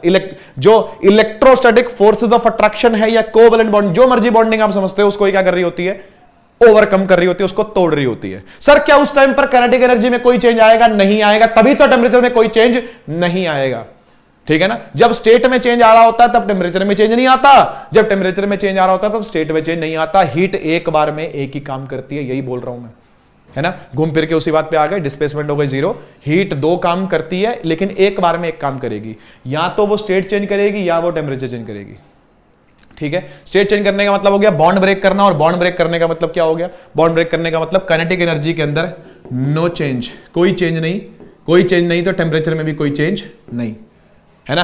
तो उम्मीद करता हूं आपको लेटेंट हीट समझ में आया होगा कि लेटेंट हीट का मतलब क्या है। जो हीट छुप गई ना, वो छुपी नहीं थी, वो छुप छुपा करके कुछ ना कुछ कर रही थी, तब भी वो शांत नहीं बैठी, वो तब भी कुछ ना कुछ कर रही थी। जो एनर्जी आप दोगे वो कुछ तो करेगी, है ना। तो वो एनर्जी या तो काइनेटिक एनर्जी को बढ़ाएगी यानी टेम्परेचर में राइज लेके आएगी, या फिर स्टेट को चेंज करेगी, ठीक है। दो में से एक काम करती है, ठीक है। तो ऐसे ही जब सॉलिड से लिक्विड जा रहे होगे आप, यानी स्टेट चेंज, यानी मेल्टिंग कर रहे होगे आप, है ना, मेल्टिंग कर रहे होगे अगर आप, तो क्या होगा, तब क्या हो रहा होगा, तब भी स्टेट चेंज हो रही होगी, यानी लेटेंट हीट का काम चल रहा होगा, लेटेंट हीट वाला काम चल रहा होगा, ठीक है ना। लेकिन जब आप लिक्विड को टेम्परेचर राइज कर रहे होगे, लिक्विड का टेम्परेचर बढ़ा रहे होगे, जैसे आप मान लो 10 डिग्री सेल्सियस पर पानी को लेकर के आए, फिर 12 डिग्री कर दिया, फिर 14 डिग्री कर दिया, फिर 20 डिग्री कर दिया, फिर 60 डिग्री कर दिया, फिर 70 डिग्री कर दिया, फिर 90 डिग्री कर दिया, 99 डिग्री कर दिया, वहां तक आप क्या कर रहे हो, वहां तक आप लेटेंट हीट से नहीं खेल रहे, वहां आप किससे खेल रहे हो, वहां आप स्पेसिफिक हीट से खेल रहे हो, है ना। वहां आप MC डेल्टा T यूज कर रहे हो, Q is equal to MC delta T। यहां फॉर्मुला ही बना देता हूं दोनों का, वैसे अभी तक मैंने फॉर्मुला बताया नहीं है, इसका तो बता दिया, इसका तो बता दिया, इसका नहीं बताया, दोनों का लिख देता हूं। यहां क्या कर रहे होगे, यहां Q is equal to MC delta T लगा रहे होगे, और यहां क्या लगा रहे होते हो, यहां लगा रहे होते हो Q is equal to ML। L जो होता है वो भी लेटेंट हीट का क्या है, कांस्टेंट है, ठीक है, लेटेंट हीट कांस्टेंट बोलते हैं इसको, अभी आगे जाके पढ़ेंगे इसको। जैसे इसको स्पेसिफिक हीट कैपेसिटी बोला आपने, ऐसे इसको लेटेंट हीट कांस्टेंट बोलते हैं। हर सब्सटेंस का अलग अलग होता है, ये भी गिवन होती है टेबल इसकी, है ना। आपको नीड नहीं है, क्वेश्चन आएगा तो उसमें गिवन होगा, ठीक है ना, याद कुछ नहीं करना आपने। ओके, आ गया फिर लेटेंट हीट। देखो क्या लिखा हुआ है, heat required to change the state of substance at constant temperature, ठीक है ना। जब टेम्परेचर क्या हो चुका है, कांस्टेंट हो चुका है।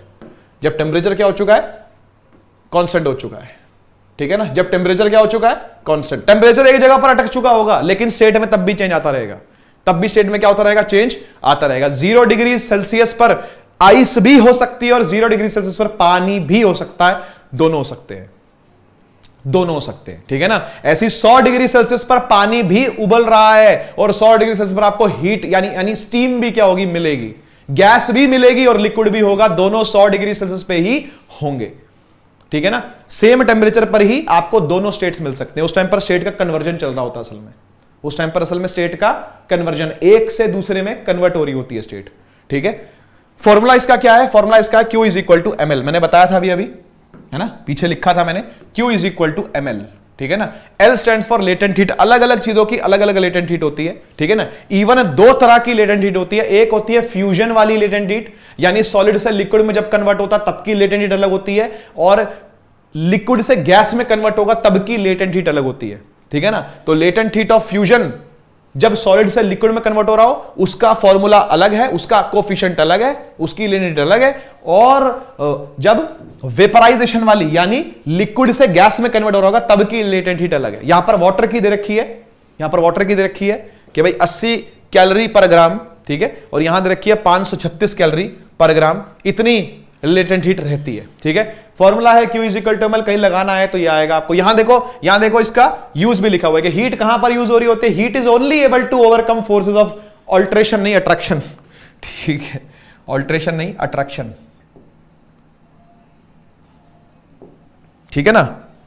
अट्रैक्शन वाली जो फोर्सेस होंगी उसको क्या हो रहा होगा, ओवरकम करने में, उसको ओवरकम करने में ये हेल्प कर रही होगी, ठीक है ना। बट कैन नॉट प्रोवाइड, ये देखो साफ साफ लिखा हुआ है, काइनेटिक एनर्जी को प्रोवाइड नहीं कर सकती, ठीक है ना। काइनेटिक एनर्जी को प्रोवाइड नहीं कर सकती, इसलिए कोई टेंपरेचर में चेंज तब नहीं आएगा जब स्टेट में चेंज हो रहा होगा तब, ठीक है ना। मैं साइड हो जाता हूं, आप एक बार नजर मार लो पूरी स्लाइड पे, ठीक है, फिर आगे बढ़ते हैं।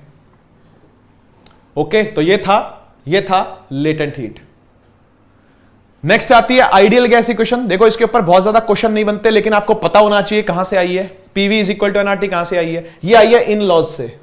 ये लॉज लिखे हैं सारे के सारे, Gay-Lussac's law, Boyle's law, Charles law, Avogadro law, Graham's law of diffusion, ठीक है ना। इसको आप लोग केमिस्ट्री के अंदर डिटेल में पढ़ोगे, ठीक है, यहां नहीं, केमिस्ट्री में डिटेल में पढ़ोगे गैसियस स्टेट के अंदर, ठीक है। मैं फिर भी बताता हूं आपको ये क्या होती है ना, फिर भी बताता हूं। देखो बॉयल्स लॉ क्या है, बॉयल्स लॉ क्या है, बॉयल्स लॉ है प्रेशर और वॉल्यूम के अंदर इनवर्स रिलेशन, ठीक है ना। यानी आप जब प्रेशर को बढ़ाओगे, सोचो आपके पास एक कंटेनर है ना, कंटेनर है, और आप पिस्टन लेकर के प्रेशर को बढ़ा रहे हो ऊपर से, है ना। इस तरीके से आपके पास एक सिलेंडर बना हुआ है, सिलेंडर के अंदर गैसेज हैं, ये गैस के मॉलिक्यूल्स हैं, है ना। और आपने क्या किया, आपने ऊपर से प्रेशर को बढ़ा दिया, आपने ऊपर से प्रेशर को बढ़ा दिया। प्रेशर को बढ़ाओगे तो क्या होगा, प्रेशर को बढ़ाओगे तो ये सब एक साथ कंजस्टेड हो जाएंगे, है ना, बिच्चम बिच हो जाएगी, भीड़ भाड़ हो जाएगी सारी यहां पर, तो है ना, यहां सारी भीड़ भाड़ हो जाएगी, ठीक है ना। तो आपने क्या किया, आपने प्रेशर को इंक्रीज किया और वॉल्यूम क्या हो गई, डिक्रीज हो गई। वॉल्यूम का मतलब क्या होता है, स्पेस घेरना, कम स्पेस में आ रहे हैं, पहले वही सारे ज्यादा स्पेस में आ रहे थे, वही सारे कम स्पेस में आ रहे हैं। तो गैस के अंदर ये चीज देखने में आती है ना। वाटर के अंदर ये चीज देखने में नहीं आ सकती। वाटर को पकड़ के आप पिस्टन लगाओगे तो क्या होगा, वो फट जाए, कहीं और से निकलना शुरू कर देगा। वो वॉल्यूम उसकी अनफिक्स होती है, सॉरी गैस की अनफिक्स होती है, लेकिन वाटर की तो फिक्स होती है। वाटर की वॉल्यूम तो चेंज हो ही नहीं सकती। आप उसको दबा करके सोचो उसकी वॉल्यूम चेंज कर दोगे, नहीं हो सकती, है ना। इसलिए गैस को दबा करके हम क्या करते हैं, उसकी वॉल्यूम को कम या ज्यादा कर सकते हैं। अगर मैं इसको ऊपर उठा दूं वापस से, तो ये स्टेट में वापस आ जाएगी, फिर दबा दूं आगे पहुंच जाएगी, फिर उठा दूं ऊपर आ जाएगी, ठीक है ना। लेकिन ये होगा कब, ये होगा कब, ये जो रिलेशन बन रहा है P is inversely proportional to V, ये तभी बनेगा जब टेम्परेचर क्या रहेगा, कांस्टेंट रहेगा। टेम्परेचर में अगर चेंज आ गया तो फिर दोनों में कुछ ना कुछ चेंज आता है, आपने देखा है ना। टेम्परेचर में अगर चेंज करते तो प्रेशर में अलग चेंज आता है, वॉल्यूम में कुछ अलग चेंज आता है, तब ये इस तरह की प्रोपोर्शनलिटी इनकी नहीं रहेगी, ठीक है ना। तो बॉयल ने जो लॉ दिया था, 17वीं सेंचुरी की बात है, आज से 300 साढ़े 300 साल पहले की बात है ना, जब ये लॉ दिया था तो प्रेशर और वॉल्यूम जो थे वो इनवर्सली प्रोपोर्शनल निकले।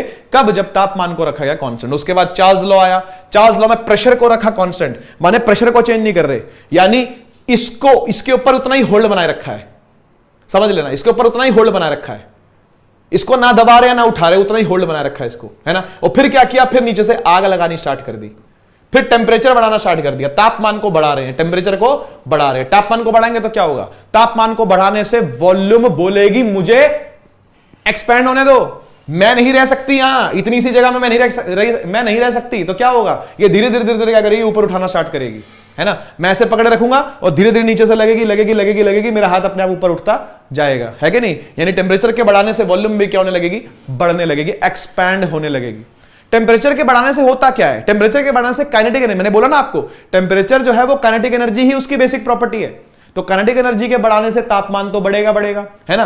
काइनेटिक एनर्जी बढ़ेगी तो इंटरनल एनर्जी बढ़ेगी गैस की, यानी गैस जो है वो बहुत तेज से चलनी चालू हो जाएगी, बहुत तेज तेज चलनी अगर चालू हो गई तो क्या होगा भाई, ये ऊपर उठा देगी इस पिस्टन को ऊपर उठाना स्टार्ट कर देगी, यानी अपनी वॉल्यूम को बढ़ाना स्टार्ट कर देगी। ये था चार्ल्स लॉ। गै-लुसैक्स लॉ क्या था, गै-लुसैक्स लॉ ये बोलता है कि भैया टेम्परेचर के बढ़ाने से प्रेशर बढ़ेगा अगर आपने वॉल्यूम को कांस्टेंट रखा। वॉल्यूम को कांस्टेंट रखने का क्या मतलब है, वॉल्यूम कांस्टेंट रखने का मतलब भाई आप इसको कस के पकड़ के रखो और अपने हाथ को उठने ही ना दो। इस बार कंडीशन अलग है, इस बार कंडीशन अलग है। पहले क्या था, पहले मैंने ऐसे हाथ रखा हुआ था, एक कांस्टेंट प्रेशर बनाए रखा था, है ना, लेकिन टेम्परेचर ने क्या किया, बढ़ने से, वॉल्यूम के बढ़ने से वो हाथ ऊपर उठता चला गया मेरा अपने आप, है कि नहीं, ऐसी हुआ ना। यहां पर क्या है, यहां पर आपने कस के पकड़ के रखना ही है, वॉल्यूम को आपने बढ़ने ही नहीं देना, वॉल्यूम को आपने क्या रखना है, कांस्टेंट रखना है। यानी आप पकड़ के बैठे हो, एक पतीला है, एक पतीले में पानी है और आप पानी को गर्म कर रहे हो और आपने ऊपर से ढक्कन को ऐसे हाथ रख लिया ऊपर से, आप वॉल्यूम को बढ़ने ही नहीं दे रहे, तो जो स्टीम बनेगी, जो गैस बनेगी, वो क्या करेगी, देखो जरा, टेम्परेचर के बढ़ने से क्या बढ़ेगा, फिर प्रेशर बढ़ेगा, यानी वो नीचे से आपको क्या करेगी, पुश करने की कोशिश करेगी, है कि नहीं, हिलाएगी प्लेट को। तो आपने देखा होगा प्लेट जो वाइब्रेट करनी स्टार्ट कर देती है, जब आपने प्लेट रखी हो किसी बॉइलिंग वाटर का कोई वेसल है, बॉइलिंग वाटर वाली वेसल है कोई, उसको आप अगर बॉइल कर रहे हो, है ना, तो प्लेट जो वो क्या करना स्टार्ट कर देते हैं, वो वाइब्रेट करना स्टार्ट कर देते हैं, यानी प्रेशर का बढ़ना स्टार्ट हो जाएगा। ये गै-लुसैक्स लॉ ही तो प्रेशर कुकर है, ये प्रेशर कुकर यही तो होता है, तापमान के बढ़ाने से प्रेशर बढ़ेगा, सीटी ऊपर उठ जाएगी एकदम से, है ना। जब तक वो रह पाएगी, उसके बाद क्या होगा, उसका फट भी सकता है। अगर सीटी ऊपर ना उठ पाई तो क्या होता है, प्रेशर कुकर फटता भी है, सुना होगा आपने, है ना, प्रेशर कुकर फट भी जाता है तब। ऐसे ही ये फटने फटाने वाला जो काम होता है वो सारा गै-लुसैक्स के अंदर है ना। आपने देखा होगा जो पेप्सी की बोतलें पड़ी होती हैं, कोका कोला की कांच वाली बोतलें, है ना, उनको अगर धूप में ऊपर रख दिया जाए, छत पर उनको धूप में अगर ऊपर रख दिया जाए तो क्या होगा, वो फटनी स्टार्ट कर देती है, फटना स्टार्ट हो जाएगा सारा, है ना। एलपीजी का सिलेंडर फट जाता है, क्यों फट जाता है, निकलने की जगह नहीं मिली, प्रेशर बढ़ गया तो कहां लगेगा, सब तरफ लगेगा, वो सारी वॉल्स पे लगेगा, वो जहां से भी कच्चा मामला होगा वहां से टूट जाएगा, है कि नहीं। तो टेम्परेचर के बढ़ने से प्रेशर बढ़ता है। एवोगैड्रो लॉ क्या कहता है, एवोगैड्रो लॉ ये बोलता है कि भैया अगर कंडीशंस सारी, कौन कौन सी कंडीशंस, प्रेशर की कंडीशन, टेम्परेचर की कंडीशन, वॉल्यूम की कंडीशन सारी ओके हैं, है ना, इसको बोलते हैं एसटीपी, स्टैंडर्ड टेम्परेचर प्रेशर वाली कंडीशन है अगर, ठीक है ना। अगर एसटीपी या एनटीपी, है ना, normal temperature pressure, standard temperature pressure अगर बना हुआ है, ठीक है ना, तो हर गैस में उतने ही नंबर ऑफ मोल्स होते हैं। Each gas would contain same number of moles, यहां लिखा होगा, ठीक है ना। हाँ, और जितने नंबर ऑफ मोल्स होते हैं, अच्छा ये बात यहां नहीं लिखी, और आगे की बात लिखी हुई है कि अगर नंबर ऑफ मोल्स ज्यादा होंगे तो वॉल्यूम भी ज्यादा होगा गैस का। सही बात है ना, जितना मास ज्यादा होगा गैस का, है ना, जितना सब्सटेंस गैस में ज्यादा होगा उतनी ही ज्यादा वो जगह घेरने की कोशिश करेगा, ठीक है ना। तो इस बात का आप ढंग से समझ लेना कि भैया स्टैंडर्ड टेम्परेचर प्रेशर पर, एसटीपी पर, स्टैंडर्ड टेम्परेचर प्रेशर अगर रहेगा, है ना, तो सुना होगा आपने 22.4 लीटर्स ही रहती है गैस, वॉल्यूम जो है वो उसका उतना ही बना रहता है गैस का, ठीक है ना। तो नंबर ऑफ मोल जो है वो सेम रहते हैं। इसको ये कहा था एवोगैड्रो ने। ग्राहम्स लॉ ऑफ डिफ्यूजन आया, इसका मतलब ये है कि भैया जो रेट ऑफ डिफ्यूजन होता है, मान लो दो गैसेस को आप मिक्स कर रहे हो आपस में, अब ध्यान से सुनना क्या बोल रहा हूं, दो गैसेस को अगर आप मिक्स कर रहे हो आपस में, ठीक है ना, मिक्स कर रहे हो, तो एक रेट ऑफ डिफ्यूजन होगा, एक वेलोसिटी होगी जिससे एक दूसरे में घुस रही होंगी गैसेस, है ना। भाई यहां से इतनी धीरे धीरे गैस आ रही है, यहां से तेज गैस आ रही है, क्यों आ रही है, यहां से तेज क्यों आ गई, यहां से धीरे क्यों आई है गैस, उसके पीछे कारण है, उसके पीछे कारण बताया ग्राहम ने बोला कि जो रेट ऑफ डिफ्यूजन होता है, यानी जो वेलोसिटी रहेगी ना गैसेस की, जो गैसेस की स्पीड रहेगी, है ना, रेट ऑफ डिफ्यूजन का मतलब क्या, एक दूसरे में मिक्स होने की कंपैटिबिलिटी कितनी, कितना ज्यादा एक दूसरे में क्या हो सकती है, मिक्स हो सकती है। यहां से अगर धीरे आ रही है, यहां से तेज क्यों आ रही है, क्या रीजन है उसके पीछे, तो उसने बोला कि जो रेट ऑफ डिवीजन होता है ना वो डेंसिटी के स्क्वायर रूट के इनवर्सली प्रोपोर्शनल, बेसिकली डेंसिटी के स्क्वायर रूट के इनवर्सली प्रोपोर्शनल होने का क्या मतलब है कि भैया जितनी हल्की गैस रहेगी, ध्यान से समझना इस बात को, जितनी हल्की गैस रहेगी उतना ही उसका रेट ऑफ डिवीजन क्या रहेगा, ज्यादा रहेगा। तो आपको अगर ज्यादा तेज वेलोसिटी में गैस आती दिख रही है, समझ लो हल्की गैस है, समझ लो उसकी डेंसिटी कम है। डेंसिटी कम का मतलब क्या है, कम पार्टिकल्स है पर यूनिट वॉल्यूम, है ना। डेंसिटी का मतलब होता है कम पार्टिकल्स है पर यूनिट वॉल्यूम, तो वो तेज चलेंगे, एक दूसरे में तेज घुसेंगे। ये है rate of division by the Graham's law, ठीक है। इसके बाद एक चीज आती है कैलोरीमीटर। कैलोरीमीटर का सिर्फ प्रिंसिपल ही आपके सिलेबस में है, लेकिन मैं फिर भी यहां पर फॉर्मूला न्यूमेरिकल आता नहीं है। वैसे अगर आ जाए तो मैं लेकर के आया हूं, 1% प्रोबेबिलिटी वाला सीन जो है वो है, ठीक है ना। कैलोरीमीटर जो होता है वो एक डिवाइस है जो कि कितना हीट ट्रांसफर हो गया है इसको मेजर करता है, कितना टेम्परेचर में राइज आया वो सब उससे निकल आता है ना। Q is equal to m c delta t, तो डेल्टा टी कितना आया वो आपको पता चल जाता है। तो कैलोरीमीटर जो है वो हीट मेजर करने का डिवाइस है, ठीक है। इसका प्रिंसिपल क्या, इसका प्रिंसिपल कंजर्वेशन ऑफ एनर्जी ही है, law of conservation of energy, यानी जितना हीट गेन हुआ है उतना ही हीट लॉस होगा। एक पार्टिकल गर्म है, एक पार्टिकल ठंडा है, गर्म वाले ने हीट छोड़ी है और ठंडे वाले ने हीट ली है, तो जितनी हीट छोड़ी गई है और जितनी हीट ली गई है वो दोनों हमेशा बराबर रहते हैं। हीट को वेस्ट होने दिया नहीं जाता, जो आइडियल कैलोरीमीटर होता है, जो कि इम्पॉसिबल है, ideal condition is not possible, है ना। आइडियल कंडीशन में जो बनाने की कोशिश करी जाती है कैलोरीमीटर को, आसपास रुई रखते हैं, वुडन रखते हैं, ताकि वुडन की वजह से ज्यादा जो हीट है वो ट्रांसफर ना हो पाए। कॉटन रखी जाती है क्योंकि कॉटन के अंदर एयर एब्जॉर्ब हो जाती है, air is also a bad conductor of heat, would is also a bad conductor of heat. तो ऐसी चीजों की सराउंडिंग बनाई जाती है ताकि हीट जो है वो अननेसेसरी एटमॉस्फेयर के अंदर लॉस ना हो जाए, ठीक है ना। तो एक आइडियल कैलोरीमीटर इस तरह का काम करता है। अब इसने दिया हुआ देखो, consider two substance of mass M1 M2, specific heat अलग अलग है दोनों की, टेम्परेचर दोनों का अलग अलग है, ठीक है ना। तो आप इसको ध्यान रखोगे, हीट गेन बराबर हीट लॉस, यानी Q1 बराबर Q2, और ये दोनों बराबर ही होगा। Q1 Q2 अलग अलग है ही नहीं, Q1 Q2 अलग अलग है ही नहीं, दोनों सेम ही है ना। तो Q क्या होता है, MS डेल्टा T, दूसरा वाला Q भी क्या होगा, MS डेल्टा T। तो दोनों का MS डेल्टा T आप क्या कर सकते हो, सेम कर सकते हो। कोई भी चीज इसमें गिवन नहीं होगी, कोई एक चीज ऐसी होगी जो इसमें गिवन नहीं होगी, बाकी सारी चीजें इसमें क्या होंगी, गिवन होंगी। क्वेश्चन आ रहा तो आपको ये क्वेश्चन लगानी है सीधी, MS डेल्टा T एक तरफ, MS डेल्टा T दूसरी तरफ, ये सब्सटेंस 1 का हिसाब किताब, ये सब्सटेंस 2 का हिसाब किताब, बस, है ना। यहां पर सब्सटेंस 2 की बातें, यहां पर सब्सटेंस 1 की बातें, और कुछ नहीं करना इसके अंदर आपने, ठीक है ना। और एक टेम्परेचर जो होगा वो दोनों का सेम होगा, ये आपको दिख रहा है यहां पर, ये भी T है, ये भी T है। ये T1 माइनस T, यानी इसका T1 जो होगा वो T से बड़ा होगा, और इसका ये ठंडा वाला है, ये ठंडा वाला है, गर्म वाला है ना, ये गर्म वाला है, ठंडा वाला है, ठीक है ना। तो ये टेम्परेचर जो होगा उसका T जो है वो ये वाला होगा, क्योंकि एक टेम्परेचर पर तो आएंगे कभी ना कभी, है कि नहीं। तो वहां से लेकर के किसी और टेम्परेचर तक, तो दैट इज हीट गेन बराबर हीट लॉस। कभी भी आ जाए आपको ये मिल जाएगा देखने को। वैसे न्यूमेरिकल आते नहीं एनडीए के अंदर, ठीक है ना, प्रिंसिपल आएगा तो ठीक है, अदरवाइज न्यूमेरिकल नहीं आते। एब्सोल्यूट टेम्परेचर किसको बोलते हैं, absolute temperature stands for 0 kelvin. 0 kelvin कहां, ओके नहीं लिखा मैंने, ये 0 केल्विन लिखा है, 0 केल्विन, ठीक है ना। यहां और लिख रहा हूं 0 केल्विन। 0 केल्विन कहां होता है, 0 केल्विन पता नहीं कहां है भाई, 0 केल्विन पता नहीं कहां है, ठीक है ना। 0 केल्विन का मतलब होता है, 0 केल्विन का मतलब होता है -273.16 डिग्री सेल्सियस। इससे नीचे का टेम्परेचर इंपॉसिबल है, इसको रेफरेंस पॉइंट माना हुआ है, ठीक है ना।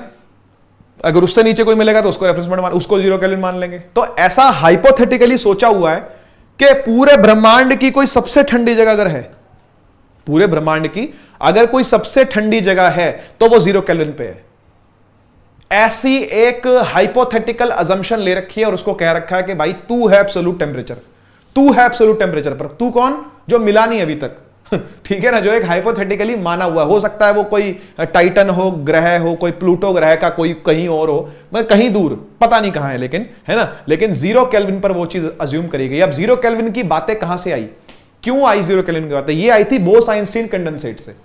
बोस-आइंस्टीन कंडेंसेट ने 0 केल्विन का ही इस्तेमाल करके बहुत सारी बातें बताई, बोस-आइंस्टीन कंडेंसेट इज पॉसिबल, ये वो वगैरह वगैरह, है ना। तो उसका नियर बाय मॉडल हम लोग पॉसिबल कर चुके हैं, ये बात आपको पता होगी, है ना। मैंने सेकंड लेक्चर के अंदर ये बातें आपसे करी है कि बोस-आइंस्टीन कंडेंसेट जो है 2001 में बना लिया था 3 लोगों ने, है ना। तो 0 केल्विन के नजदीक ले जाना पॉसिबल नहीं है, बहुत बहुत कम पॉसिबल है।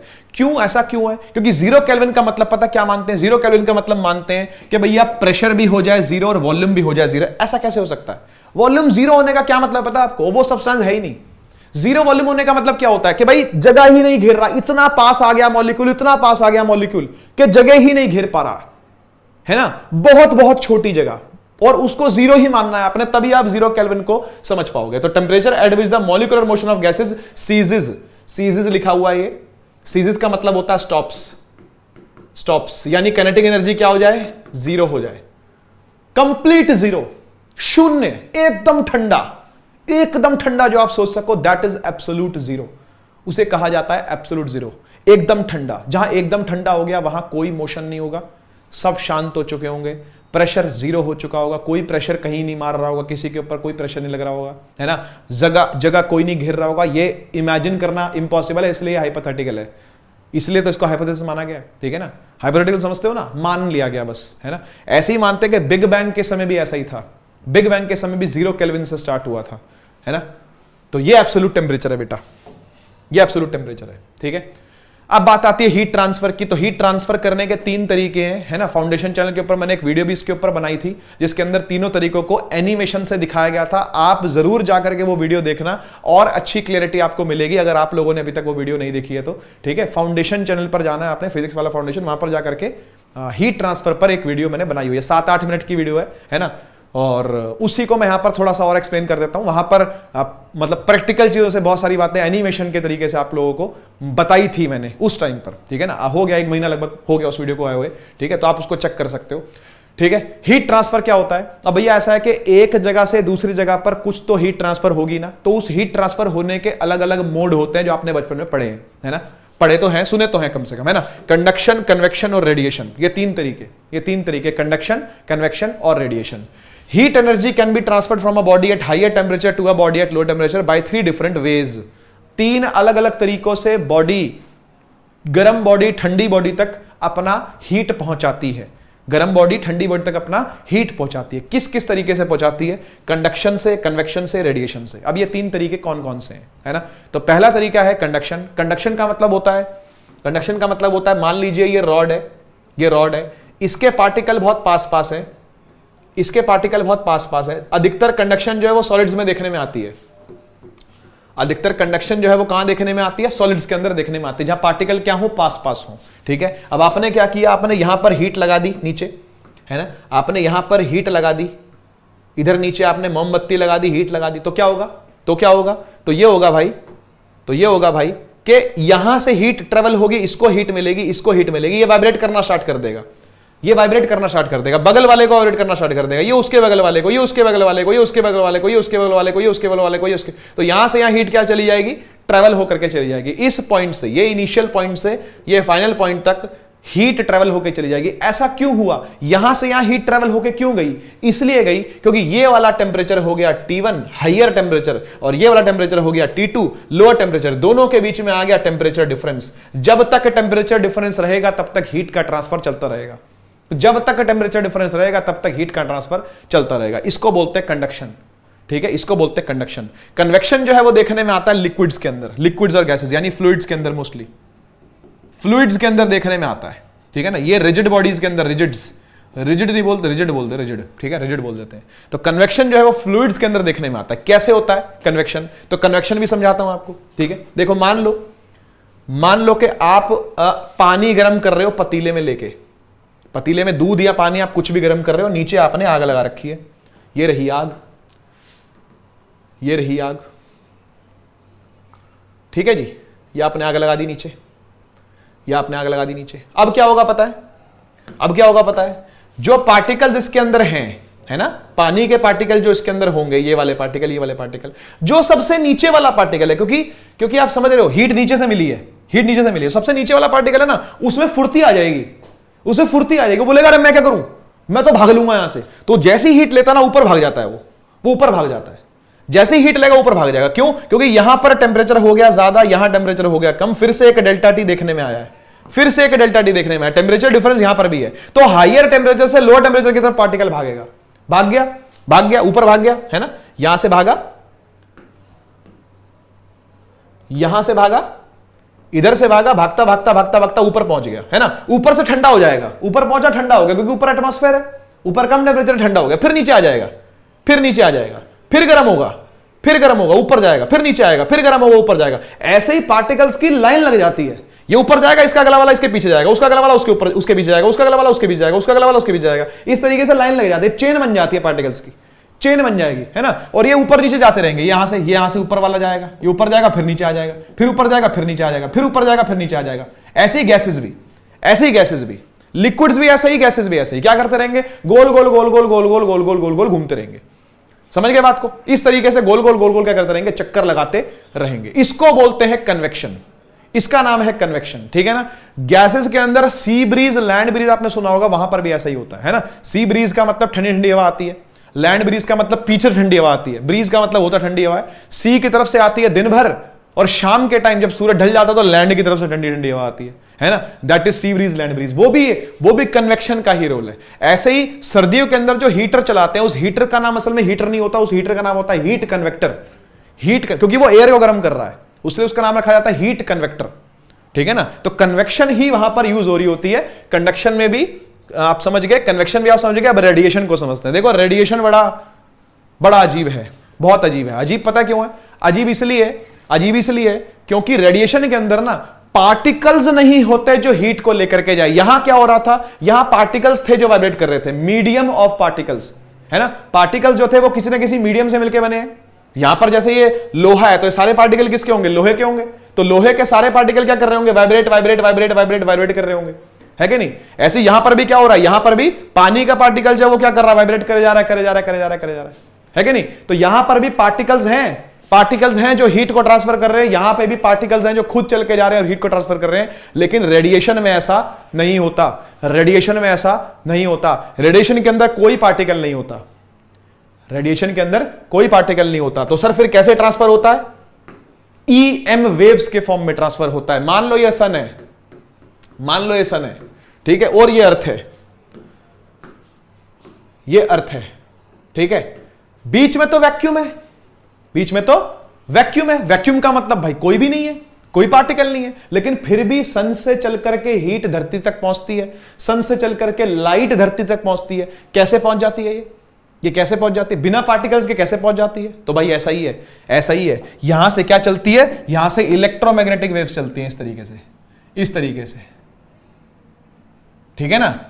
Oscillating electric fields and magnetic fields चलती हैं, वो EM वेव्स हैं। अलग अलग वेव्स आती हैं चल करके, कहां से, सन से अर्थ तक, रेडिएशन के फॉर्म में। रेडिएट होती है एनर्जी, है ना। न्यूक्लियर एनर्जी से ये रेडियो एक्टिव जो रेडिएशन है वो बाहर निकलता है ना। कुछ रेडियो एक्टिव होता है, कुछ रेडियो एक्टिव नहीं होता, कुछ विजिबल रेंज के अंदर निकलता है, जिससे हमको रंग वंग दिखते हैं सारे आसपास, ठीक है ना। तो इस तरीके से सन से चल करके हीट रेडिएशंस कहां तक पहुंचते हैं, अर्थ तक पहुंचते हैं, ठीक है। अर्थ ठंडी है, सन गर्म है, फिर से वही हो रहा है, टेम्परेचर हाई से टेम्परेचर लोअर, हीट पहुंच रही है, ठीक है ना। तो हीट का ट्रांसफर जो है वो इसी तरीके से होता है। तीसरा वाला रेडिएशन था। आप माइक्रोवेव्स यूज करते हो अपने घर पर, है ना। उसके अंदर जो माइक्रोवेव्स होती हैं, जो वेव्स है उनका नाम माइक्रोवेव्स है, जो वहां पर यूज हो रही है, ठीक है ना। वो भी ऐसे निकलते हैं बिना किसी मीडियम की सहायता से। कोई मीडियम नहीं होता, सीधा जाकर के स्ट्राइक करेंगे आपके चावल के दाने पर, उसके अंदर जो बैठा पानी है उसको जाके उबाल देंगे, इसलिए चावल जो है वो उबल जाएगा, जो माइक्रोवेव के अंदर आपने रखा हुआ है, ठीक है ना। तो ये कहानी है माइक्रोवेव की, है ना। ये कहानी है रेडिएशन की, जिससे सोर्स से डेस्टिनेशन तक हीट ट्रांसफर होती है बिना किसी पार्टिकल्स के, है ना। अब थोड़ी सी थ्योरी पढ़ लेते हैं जरा इस बारे में, क्या है conduction is the process in which heat is transmitted from one point two the other through the substance without actual motion of the particles. देखो होता क्या है, होता यह भैया कि एक्चुअल मोशन पार्टिकल्स का नहीं होगा, ठीक है ना। एक्चुअल मोशन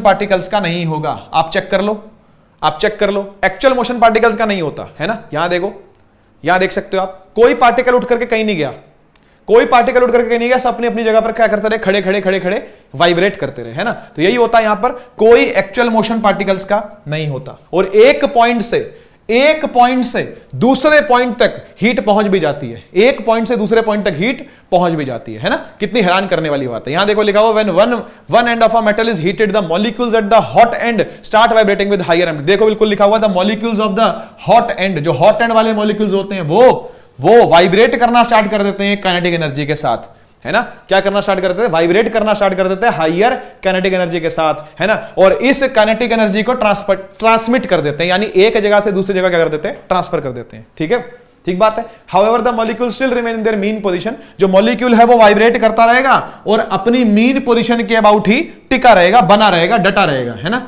मीन पोजीशन के अबाउट ही वो बना रहता है। देखो लिखा हुआ the molecule still remain in their mean positions of equilibrium, यानी आगे पीछे क्या चलता रहेगा? वाइब्रेशन चलता रहेगा। और ये ज्यादातर देखने में आते हैं किसमें? सॉलिड्स के अंदर, ठीक है ना। सॉलिड के अंदर ज्यादा देखने में आता है process.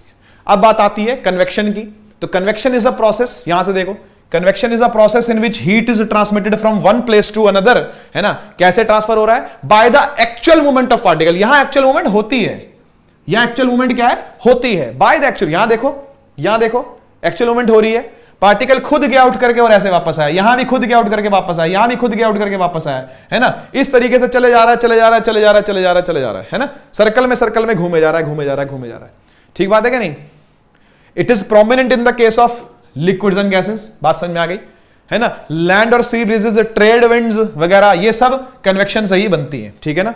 Convection plays an important part in the ventilation, gas field, electric lamp, ये आप पढ़ सकते हो अपने आप, कोई दिक्कत नहीं है, ठीक है ना। तो फ्लूइड के अंदर इसका प्रोसेस जो है वो ज्यादा देखने में आता है। रेडिएशन पर आ जाते हैं। यहां पर हीट ट्रांसफर होती है, एक प्लेस से दूसरे place without necessity of intervening medium. देखो लिखा हुआ है इंटरविनिंग मीडियम, यानी बीच का जो मीडियम है वो रिक्वायर्ड ही नहीं है, उसकी जरूरत ही नहीं है। बीच के जो पार्टिकल्स हैं उनकी नीड ही नहीं है, बिना उनकी नीड के भी ट्रांसफर होता है। जैसे we get heat radiation directly from sun, है ना, without affecting the intervening medium, है कि नहीं। कोई इंटरविनिंग मीडियम नहीं है अर्थ में और सन में। कहां कोई इंटरविनिंग मीडियम बताओ? अर्थ और सन के बीच में कौन है? कोई पार्टिकल नहीं है, फिर भी हीट चल करके अर्थ से सन तक आ जाती है। Heat radiation can pass through vacuum, देखो वैक्यूम में से निकलते हैं, बिल्कुल सही बात है ना। ये इलेक्ट्रोमैग्नेटिक स्पेक्ट्रम का ही पार्ट है। इंफ्रारेड रेज होती हैं जो हीट वाली होती हैं, ठीक है ना। इंफ्रारेड रेडिएशंस होते हैं ये, हीट रेडिएशंस। तो ये सब इलेक्ट्रोमैग्नेटिक स्पेक्ट्रम के ही क्या है? पार्ट है। बढ़िया। तो चलो बच्चों क्वेश्चन पे आते हैं अब। कह रहा है if there were no atmosphere the average temperature on the surface of the earth would be. क्या आंसर होगा भैया इसका? क्या आंसर होगा भाई इसका?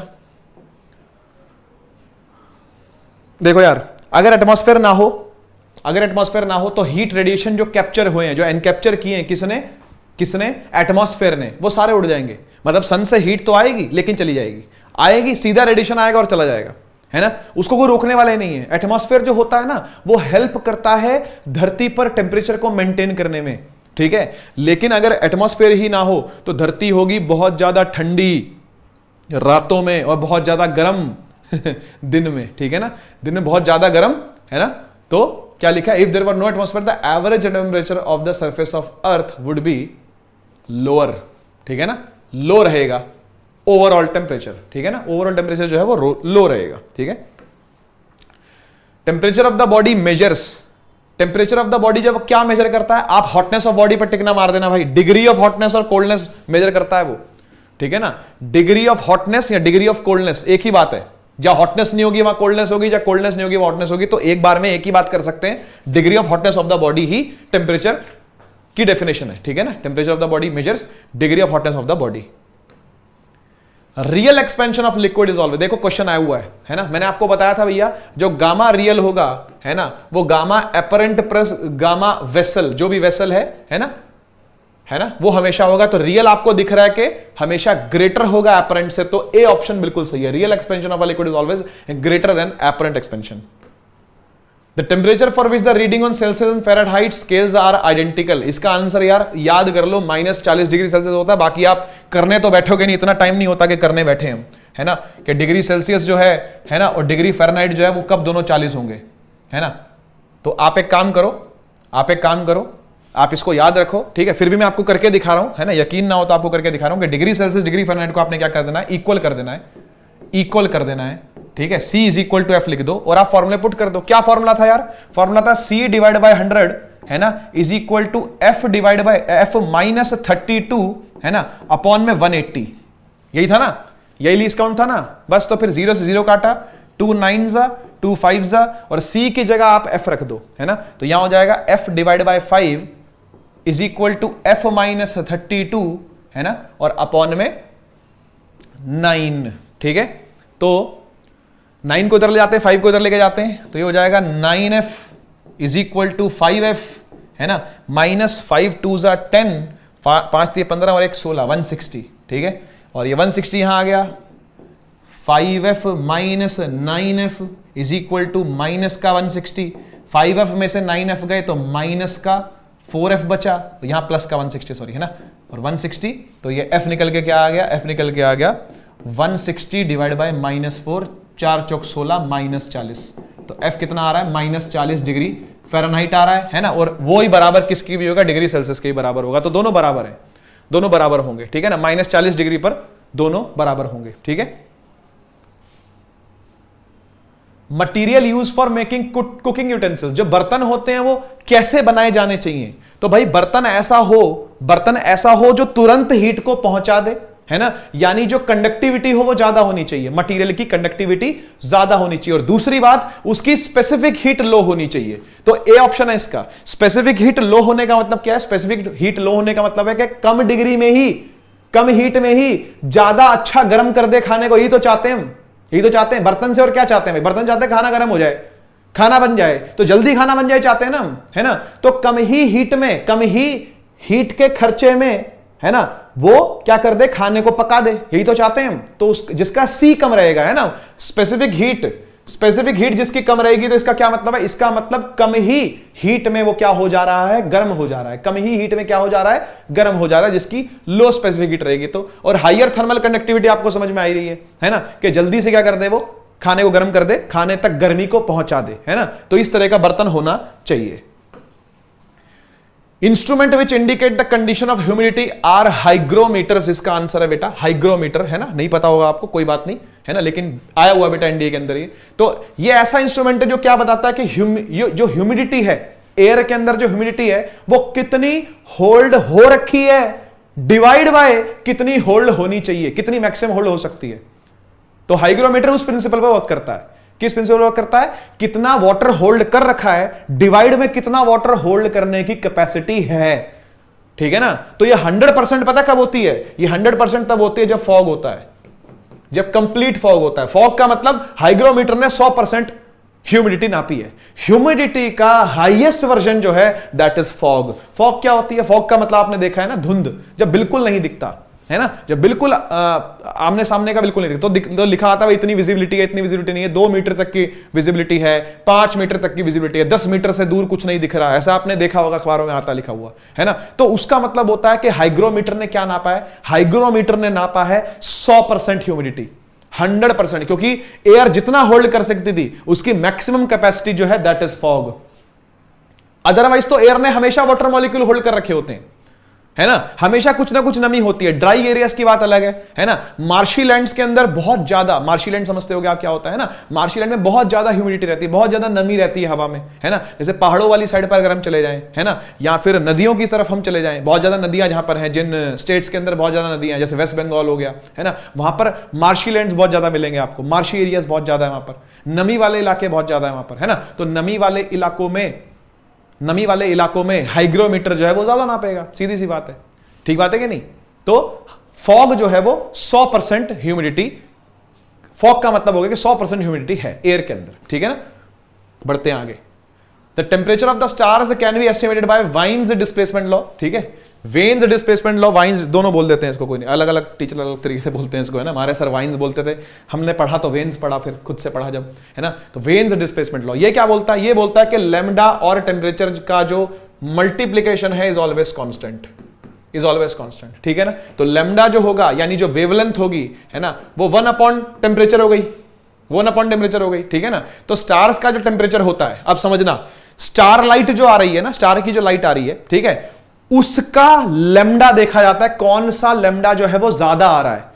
ठीक है ना। तो उसका इस तरीके से ना डिस्ट्रीब्यूशन, इस तरह से डिस्ट्रीब्यूशन बनता है उसका लैम्डा का, कि किसका लैम्डा ज्यादा है कॉरेस्पॉन्डिंग टू कितना टेम्परेचर है। किसका लैम्डा ज्यादा है कॉरेस्पॉन्डिंग टू कितना टेम्परेचर है, तो उसका पूरा डिस्ट्रीब्यूशन बनता है। उससे पता करते हैं कि भाई अगर ये वाली लाइट स्टार ज्यादा फेंक रहा है, ये वाली वेवलेंथ स्टार ज्यादा फेंक रहा है, तो भैया वो टेम्परेचर के क्या है, इनवर्सली प्रोपोर्शनल होगी। लैम्डा ज्यादा है तो टेम्परेचर कम होगा।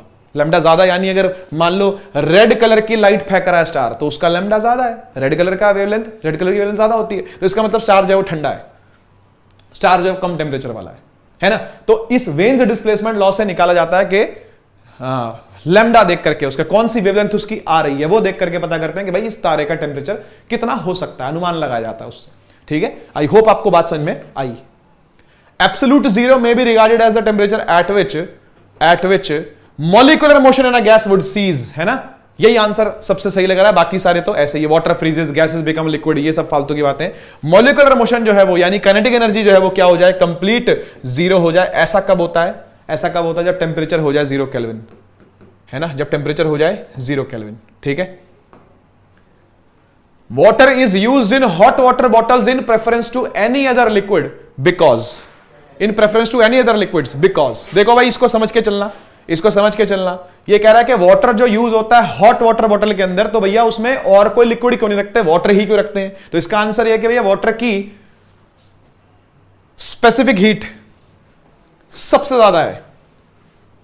ठीक है ना, वाटर का जो सी है, सी स्पेसिफिक हीट जो है वो ज्यादा है। उससे क्या होगा, उससे ये होगा जिसकी स्पेसिफिक हीट ज्यादा होगी ना, वो ज्यादा देर तक गर्मी को होल्ड करके रख सकता है, ज्यादा देर तक गर्मी को होल्ड करके रख सकता है। इसका मैं एक एग्जांपल आपको देता हूं।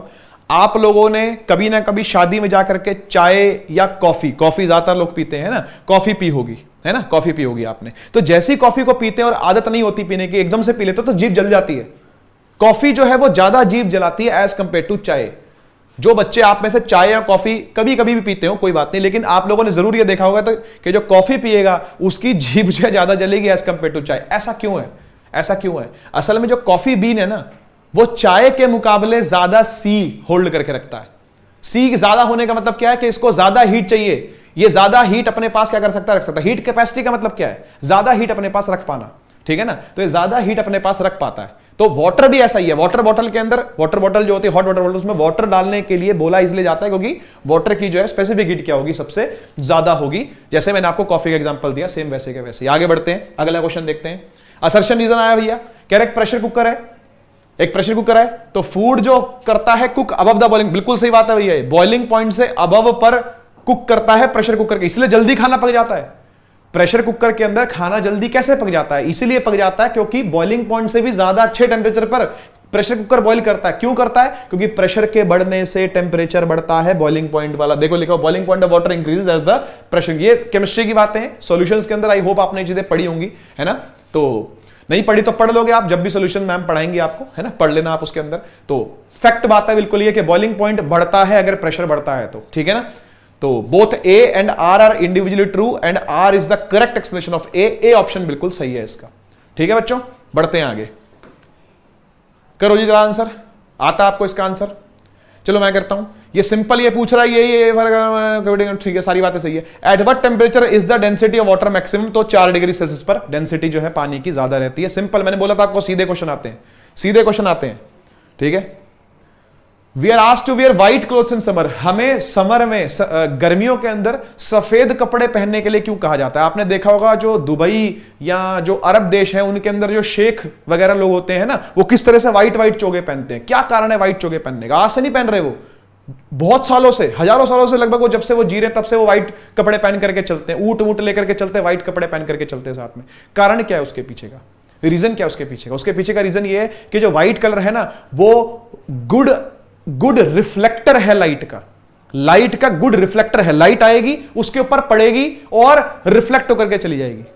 गुड रिफ्लेक्टर है वो लाइट का, ठीक है ना। तो व्हाइट कलर, ठीक है, व्हाइट जो है ना, वो गुड रिफ्लेक्टर है, ठीक है, लाइट का। और लाइट के साथ हीट तो आएगी, लाइट और हीट तो इनसेपरेबल है, दोनों इकट्ठे आते हैं हमेशा, है ना। रेडिएशन तो साथ में ही आता है, तो रेडिएशन जो है वो सारा का सारा क्या चला गया, रिफ्लेक्ट करके चला गया। तो इसलिए ठंडा ठंडा रहता है उनको, वो शेखों को ठंडा रहता है। नहीं तो इतनी गर्मी पड़ती है वहां अरब देशों के अंदर, इतनी गर्मी पड़ती है, रेगिस्तानी इलाका है वो सारा, वेजिटेशन वहां होती नहीं, खजूर वगैरह के अलावा बहुत सारी चीजें वहां होती नहीं। वेजिटेशन हमारे इंडिया में बहुत सारी होती है, लेकिन अरब देशों के अंदर वेजिटेशन बहुत कम है ना, क्योंकि नदियां कम है, रेतीला इलाका ज्यादा है ना, रेतीले मैदान जो है वो ज्यादा है, तो इसलिए उपज खाने की जो है वो कम होती है, खाद्य पदार्थों की उपज जो है वो वहां कम रहती है, ठीक है ना। तो इसलिए बारिश कम पड़ती है, क्योंकि पेड़ पौधे नहीं होंगे तो बारिश नहीं होगी, बारिश कम पड़ती है, बारिश कम पड़ेगी तो भाई अपने आप ही वो सूखा सूखा रहेगा, गरम गरम रहेगा, तो गरम और सूखा रहता है ना। तो इसीलिए व्हाइट कपड़े पहनने उनके लिए उचित है ना, ताकि वो क्या कर सके, जितना भी रेडिएशन आए उसको क्या कर सके, रिफ्लेक्ट कर सके, गुड रिफ्लेक्टर। ऐसी ब्लैक जो होता है, ब्लैक जो है वो गुड एब्जॉर्बर है ना, ब्लैक जो है वो क्या है, गुड एब्जॉर्बर है, वो एब्जॉर्ब अच्छा करता है, तो इसलिए काले कपड़े पहन के अगर आप सर्दी में निकलोगे बाहर, है ना, तो आपको गर्मी नहीं लगेगी, है ना, मतलब आपको ठीक लगेगा, सर्दी बहुत ज्यादा आपको नहीं लगेगी, है ना, बहुत ज्यादा सर्दी आपको नहीं लगेगी। तो ब्लैक जो है वो गुड एब्जॉर्बर है हीट का, ठीक है। तो इसका आंसर चारों में से जो होगा वो नन ऑफ द अबव होगा, ठीक है ना। लुक मोर ग्रेसफुल का क्या मतलब है, it is a convention, convention का मतलब मान्यता है, माना हुआ है कि भैया व्हाइट कपड़े पहनेंगे, नहीं, है ना। They are visible from long distance, इसका कोई मतलब नहीं बनता। रेड कलर होता तो लॉन्ग डिस्टेंस से विजिबल होता है, लेकिन व्हाइट का लॉन्ग डिस्टेंस से विजिबल होने का कोई मतलब नहीं। तो इसका answer none of the above है। नन ऑफ द अबव मारने के लिए हिम्मत चाहिए बहुत, none of the above tick करने के लिए बहुत हिम्मत चाहिए, इसलिए सारे ऑप्शन को अच्छे से पढ़ लेना, है ना, तभी हिम्मत बना पाओगे आप। बढ़ते हैं आगे। What would be the best choice for window material to keep the outside heat away. देखो भाई, आउटसाइड हीट हो या आउटसाइड कोल्ड हो, अगर आप नहीं चाहते कि वो अंदर ट्रेवल करके आपको मिले, है ना, बहुत ज्यादा सर्दी हो रही है बाहर और आपको अंदर सर्दी मिले, या बहुत ज्यादा गर्मी पड़ रही है, लू चल रही है बाहर, गरम गरम हवाएं चल रही हैं बाहर, और वो गर्म हवाएं आप तक लगे, तो 2 विंडो पेन चाहिए आपको, उनके बीच में एयर चाहिए आपको। एयर क्यों चाहिए, पहले तो सवाल ये उठता है एयर क्यों, पहले तो 2 विंडो पेन क्यों चाहिए, 2 खिड़कियां क्यों चाहिए आपको 2 खिड़कियां इसलिए चाहिए ताकि उनके बीच में आप एयर को रख सको, एयर को स्टोर करके रख सको, ठीक है ना। एयर क्यों ही स्टोर करनी है आपने, एयर इसलिए स्टोर करनी है बेटा क्योंकि उसकी थर्मल कंडक्टिविटी जो है वो बहुत कम है, ठीक है। थर्मल कंडक्टिविटी, ठीक है, थर्मल कंडक्टिविटी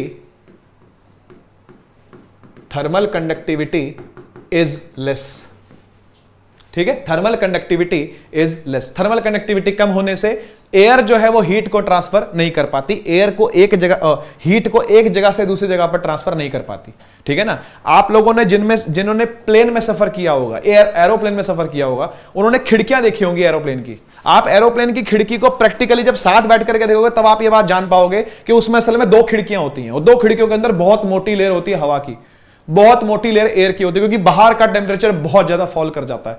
आप इतनी हाइट पर उड़ते हो कि बाहर अगर आपने हाथ निकाला, है ना, हाथ निकाल नहीं सकते वैसे, है ना, बाई चांस मान लो अगर आप बाहर के टेम्परेचर को फील कर पाओ, तो वो इतना ज्यादा ठंडा होता है कि जमा देने वाला होता है, ठीक है ना, जमा देने वाला होता है। और प्लेन के जो ब्लेड्स होते हैं ना, वो गीले हो चुके होते हैं, इतनी ज्यादा जो ह्यूमिडिटी है वो ऊपर रहती है, और इतनी ज्यादा ठंडक वहां रहती है, समझ रहे हो बात को। तो वो ठंडक अंदर तक ना आ जाए, प्लेन के अंदर ना आ जाए, इसके लिए 2 विंडो पेन के अंदर हवा को रखा जाता है, हवा को स्टोर किया जाता है, ठीक है ना। और वो दोनों तरफ से बंद होती है, तो हवा उसके बीच में पैक होती है, ना बाहर नहीं निकल सकती वो हवा। जो एयर है दोनों विंडो पेन्स के बीच में, विंडो पेन का मतलब 2 खिड़की के शीशे, उन शीशों के बीच में जो हवा रहेगी वो टिकी रहेगी वहीं पे, है ना, इस वजह से, ताकि उसकी थर्मल कंडक्टिविटी कम है, ठीक है। तो पढ़ लेते हैं इसको।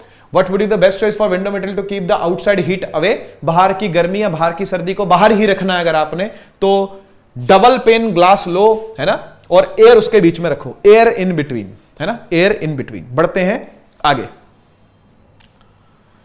The blackboard seems black because blackboard black क्यों लगता है, क्योंकि वो रिफ्लेक्ट करता सभी कलर्स को, नहीं, does not reflect any colour, yes, B option बिल्कुल सही है, ठीक है। काला रंग जो है वो गुड एब्जॉर्बर है, यानी उसने सारे रंग अपने पास रख लिए, कुछ भी नहीं भेजा तो कुछ नहीं दिखेगा, कुछ नहीं दिखने का मतलब होता है काला, कुछ नहीं दिखने का मतलब होता है काला, तो does not reflect any colour, यही इसका आंसर है, ठीक है। बढ़ते हैं आगे। The process of conversion of solid into liquid, solid से लिक्विड के कन्वर्जन को बोलते हैं मेल्टिंग, ठीक है ना। ये इजी सवाल था, आता है आपको ये सवाल, ठीक है। The kinetic energy of molecular motion appears as temperature of the material, ठीक है ना। काइनेटिक एनर्जी जो है वो टेम्परेचर के फॉर्म में आपको दिखती है, ये क्वेश्चन था ये, ठीक है। काइनेटिक एनर्जी टेम्परेचर के फॉर्म में आपको दिखती है। और बढ़ते हैं आगे। आए जा रहे हैं भाई क्वेश्चन, तो क्वेश्चनों की आज भरमार है। Specific heat of a substance depends on, specific heat जब किन बातों पे डिपेंड करती है बेटा, तो आप लोगों ने देखा है कि Q is equal to MC delta T होता है, तो C के फॉर्मूले में M यानी मास भी आया हुआ है ना, तो मास ऑफ द सब्सटेंस। वैसे भी हमने जब C को डिफाइन किया था तो ऐसे ही किया था भाई कितनी हीट आपको चाहिए, है ना, पर यूनिट मास और per unit rise in temperature, इस तरीके से हमने C को डिफाइन किया था। तो मास है, बाकी शेप वेप वॉल्यूम और सारी कोई बात नहीं है, सिर्फ मास पे डिपेंड हो रहा है यहां पर इन चार ऑप्शंस में से, ठीक है। इस क्वेश्चन को करो भाई। If the door of a running refrigerator in a close room is kept open, what will be the net effect on the room. अगर आपने फ्रिज को खुला छोड़ दिया, है ना, गर्मी में बच्चे करते हैं ना, फ्रिज को खुला कर देते हैं, उनको लगता है कि सर्दी मतलब ठंडक जो है वो रूम के अंदर आ जाएगी, ठीक है ना, उल्टा है भैया। उल्टा है, अगर आपने फ्रिज का दरवाजा खोल दिया, ठीक है ना, तो रूम गर्म हो जाएगा, रूम ठंडा नहीं होगा, रूम गर्म हो जाएगा। सोचो कैसे, सोचो कैसे, कमेंट में लिखा, कमेंट में लिखना, ठीक है। इसका आंसर है it will heat the room, room जो है वो गर्म हो जाएगा। कैसे गर्म हो जाएगा समझाता हूं मैं, कैसे गर्म हो जाएगा समझाता हूं। देखो होता क्या है, आपने अगर फ्रिज का दरवाजा खोल दिया है, ठीक है ना, अगर आपने फ्रिज का दरवाजा खोल दिया है तो होगा क्या, फ्रिज का जो नेसेसरी वर्क है वो बढ़ जाएगा। फ्रिज का नेसेसरी काम क्या है, फ्रिज ने अपना प्रिंसिपल कैसे पूरा करना है, फ्रिज क्या करता है कि जो चीजें हैं ना उनमें से उसमें से गर्मी को पकड़ के बाहर निकालता है, ये उसकी वर्किंग है। फ्रियोन गैस होती है फ्रिज के अंदर, जो गैस होती है, जो कंप्रेसर होता है उसमें जो गैस होती है वो फ्रियोन होती है। फ्रियोन आकर के खाने पे चिपकती है। मान लो सेब है या संतरा है, केला है मान लो, ठीक है ना, आपने केले को फ्रिज में रख दिया, बनाना को आपने फ्रिज में रख दिया, वो गैस आएगी, वो बनाना पे चिपक जाएगी आकर के, वो केले पे चिपक जाएगी आकर के, और उस केले में से हीट को बाहर निकालेगी और खुद वेपराइज हो जाएगी। हीट ले करके खुद क्या कर जाएगी, वेपर में कन्वर्ट हो जाएगी, और जैसे वो वेपर में कन्वर्ट हो गई उसके बाद आगे प्रोसेस चलता रहेगा, थर्मोडायनामिकल प्रोसेस आगे चलते रहते हैं, ठीक है ना, और वो हीट उसमें से चली गई, केले में से हीट चली गई तो केला हो जाएगा ठंडा। ये काम करता है फ्रिज। लेकिन आपने दरवाजा ही खोल दिया, आपने दरवाजा खोल दिया, अब फ्रिज क्या करेगा, अब जो गैस है वो पूरे में फैलेगी, पूरे रूम के अंदर फैलेगी, है ना, कोशिश करेगा फ्रिज ज्यादा चीजों में से गर्मी निकालने की। इस प्रोसेस के अंदर वो और ज्यादा गर्म होगा, और ज्यादा वर्क डन करेगा, वर्क का लोड जो है उसके ऊपर बढ़ जाएगा। इसलिए बोलते हैं कभी भी गर्म चीजें फ्रिज के अंदर मत रखो, थोड़ा नॉर्मल करके बाहर रख के फिर फ्रिज के अंदर चीज रखो। क्यों? क्योंकि फ्रिज की जान निकल जाएगी उसमें से हीट निकालने में। गरम दाल तूने फ्रिज में रख दी, फ्रिज खराब हो जाएगा। क्यों खराब हो जाएगा? इसलिए खराब हो जाएगा क्योंकि फ्रिज की जान निकल जाएगी उसमें से गर्मी निकालने में, फ्रिज की ऐसी की तैसी हो जाएगी, ठीक है ना। तो इसलिए वो ऐसी की तैसी होएगी जब, तो रूम जो है वो गर्म हो जाएगा, तो it will heat the room. इसका आंसर है कूल नहीं होगा रूम। इसलिए फ्रिज का दरवाजा खुला रखना एक अच्छी सोच नहीं है रूम को ठंडा करने के लिए, एसी ले लो इससे अच्छा, ठीक है। ओके बच्चों, तो ये था लास्ट सवाल, है ना, और ये होता है हमारा लेक्चर पूरा हीट एंड थर्मोडायनेमिक्स पर, ठीक है ना। उम्मीद है आप लोग अच्छे से अपनी पढ़ाई लिखाई कर रहे होंगे, है ना, बहुत बढ़िया तरीके से आप लोग एनडीए की प्रिपरेशन कर रहे हो। मिलते हैं हम लोग नेक्स्ट टाइम एक और अच्छे से लेक्चर के साथ। तब तक के लिए take care, tata, bye bye, जय हिंद।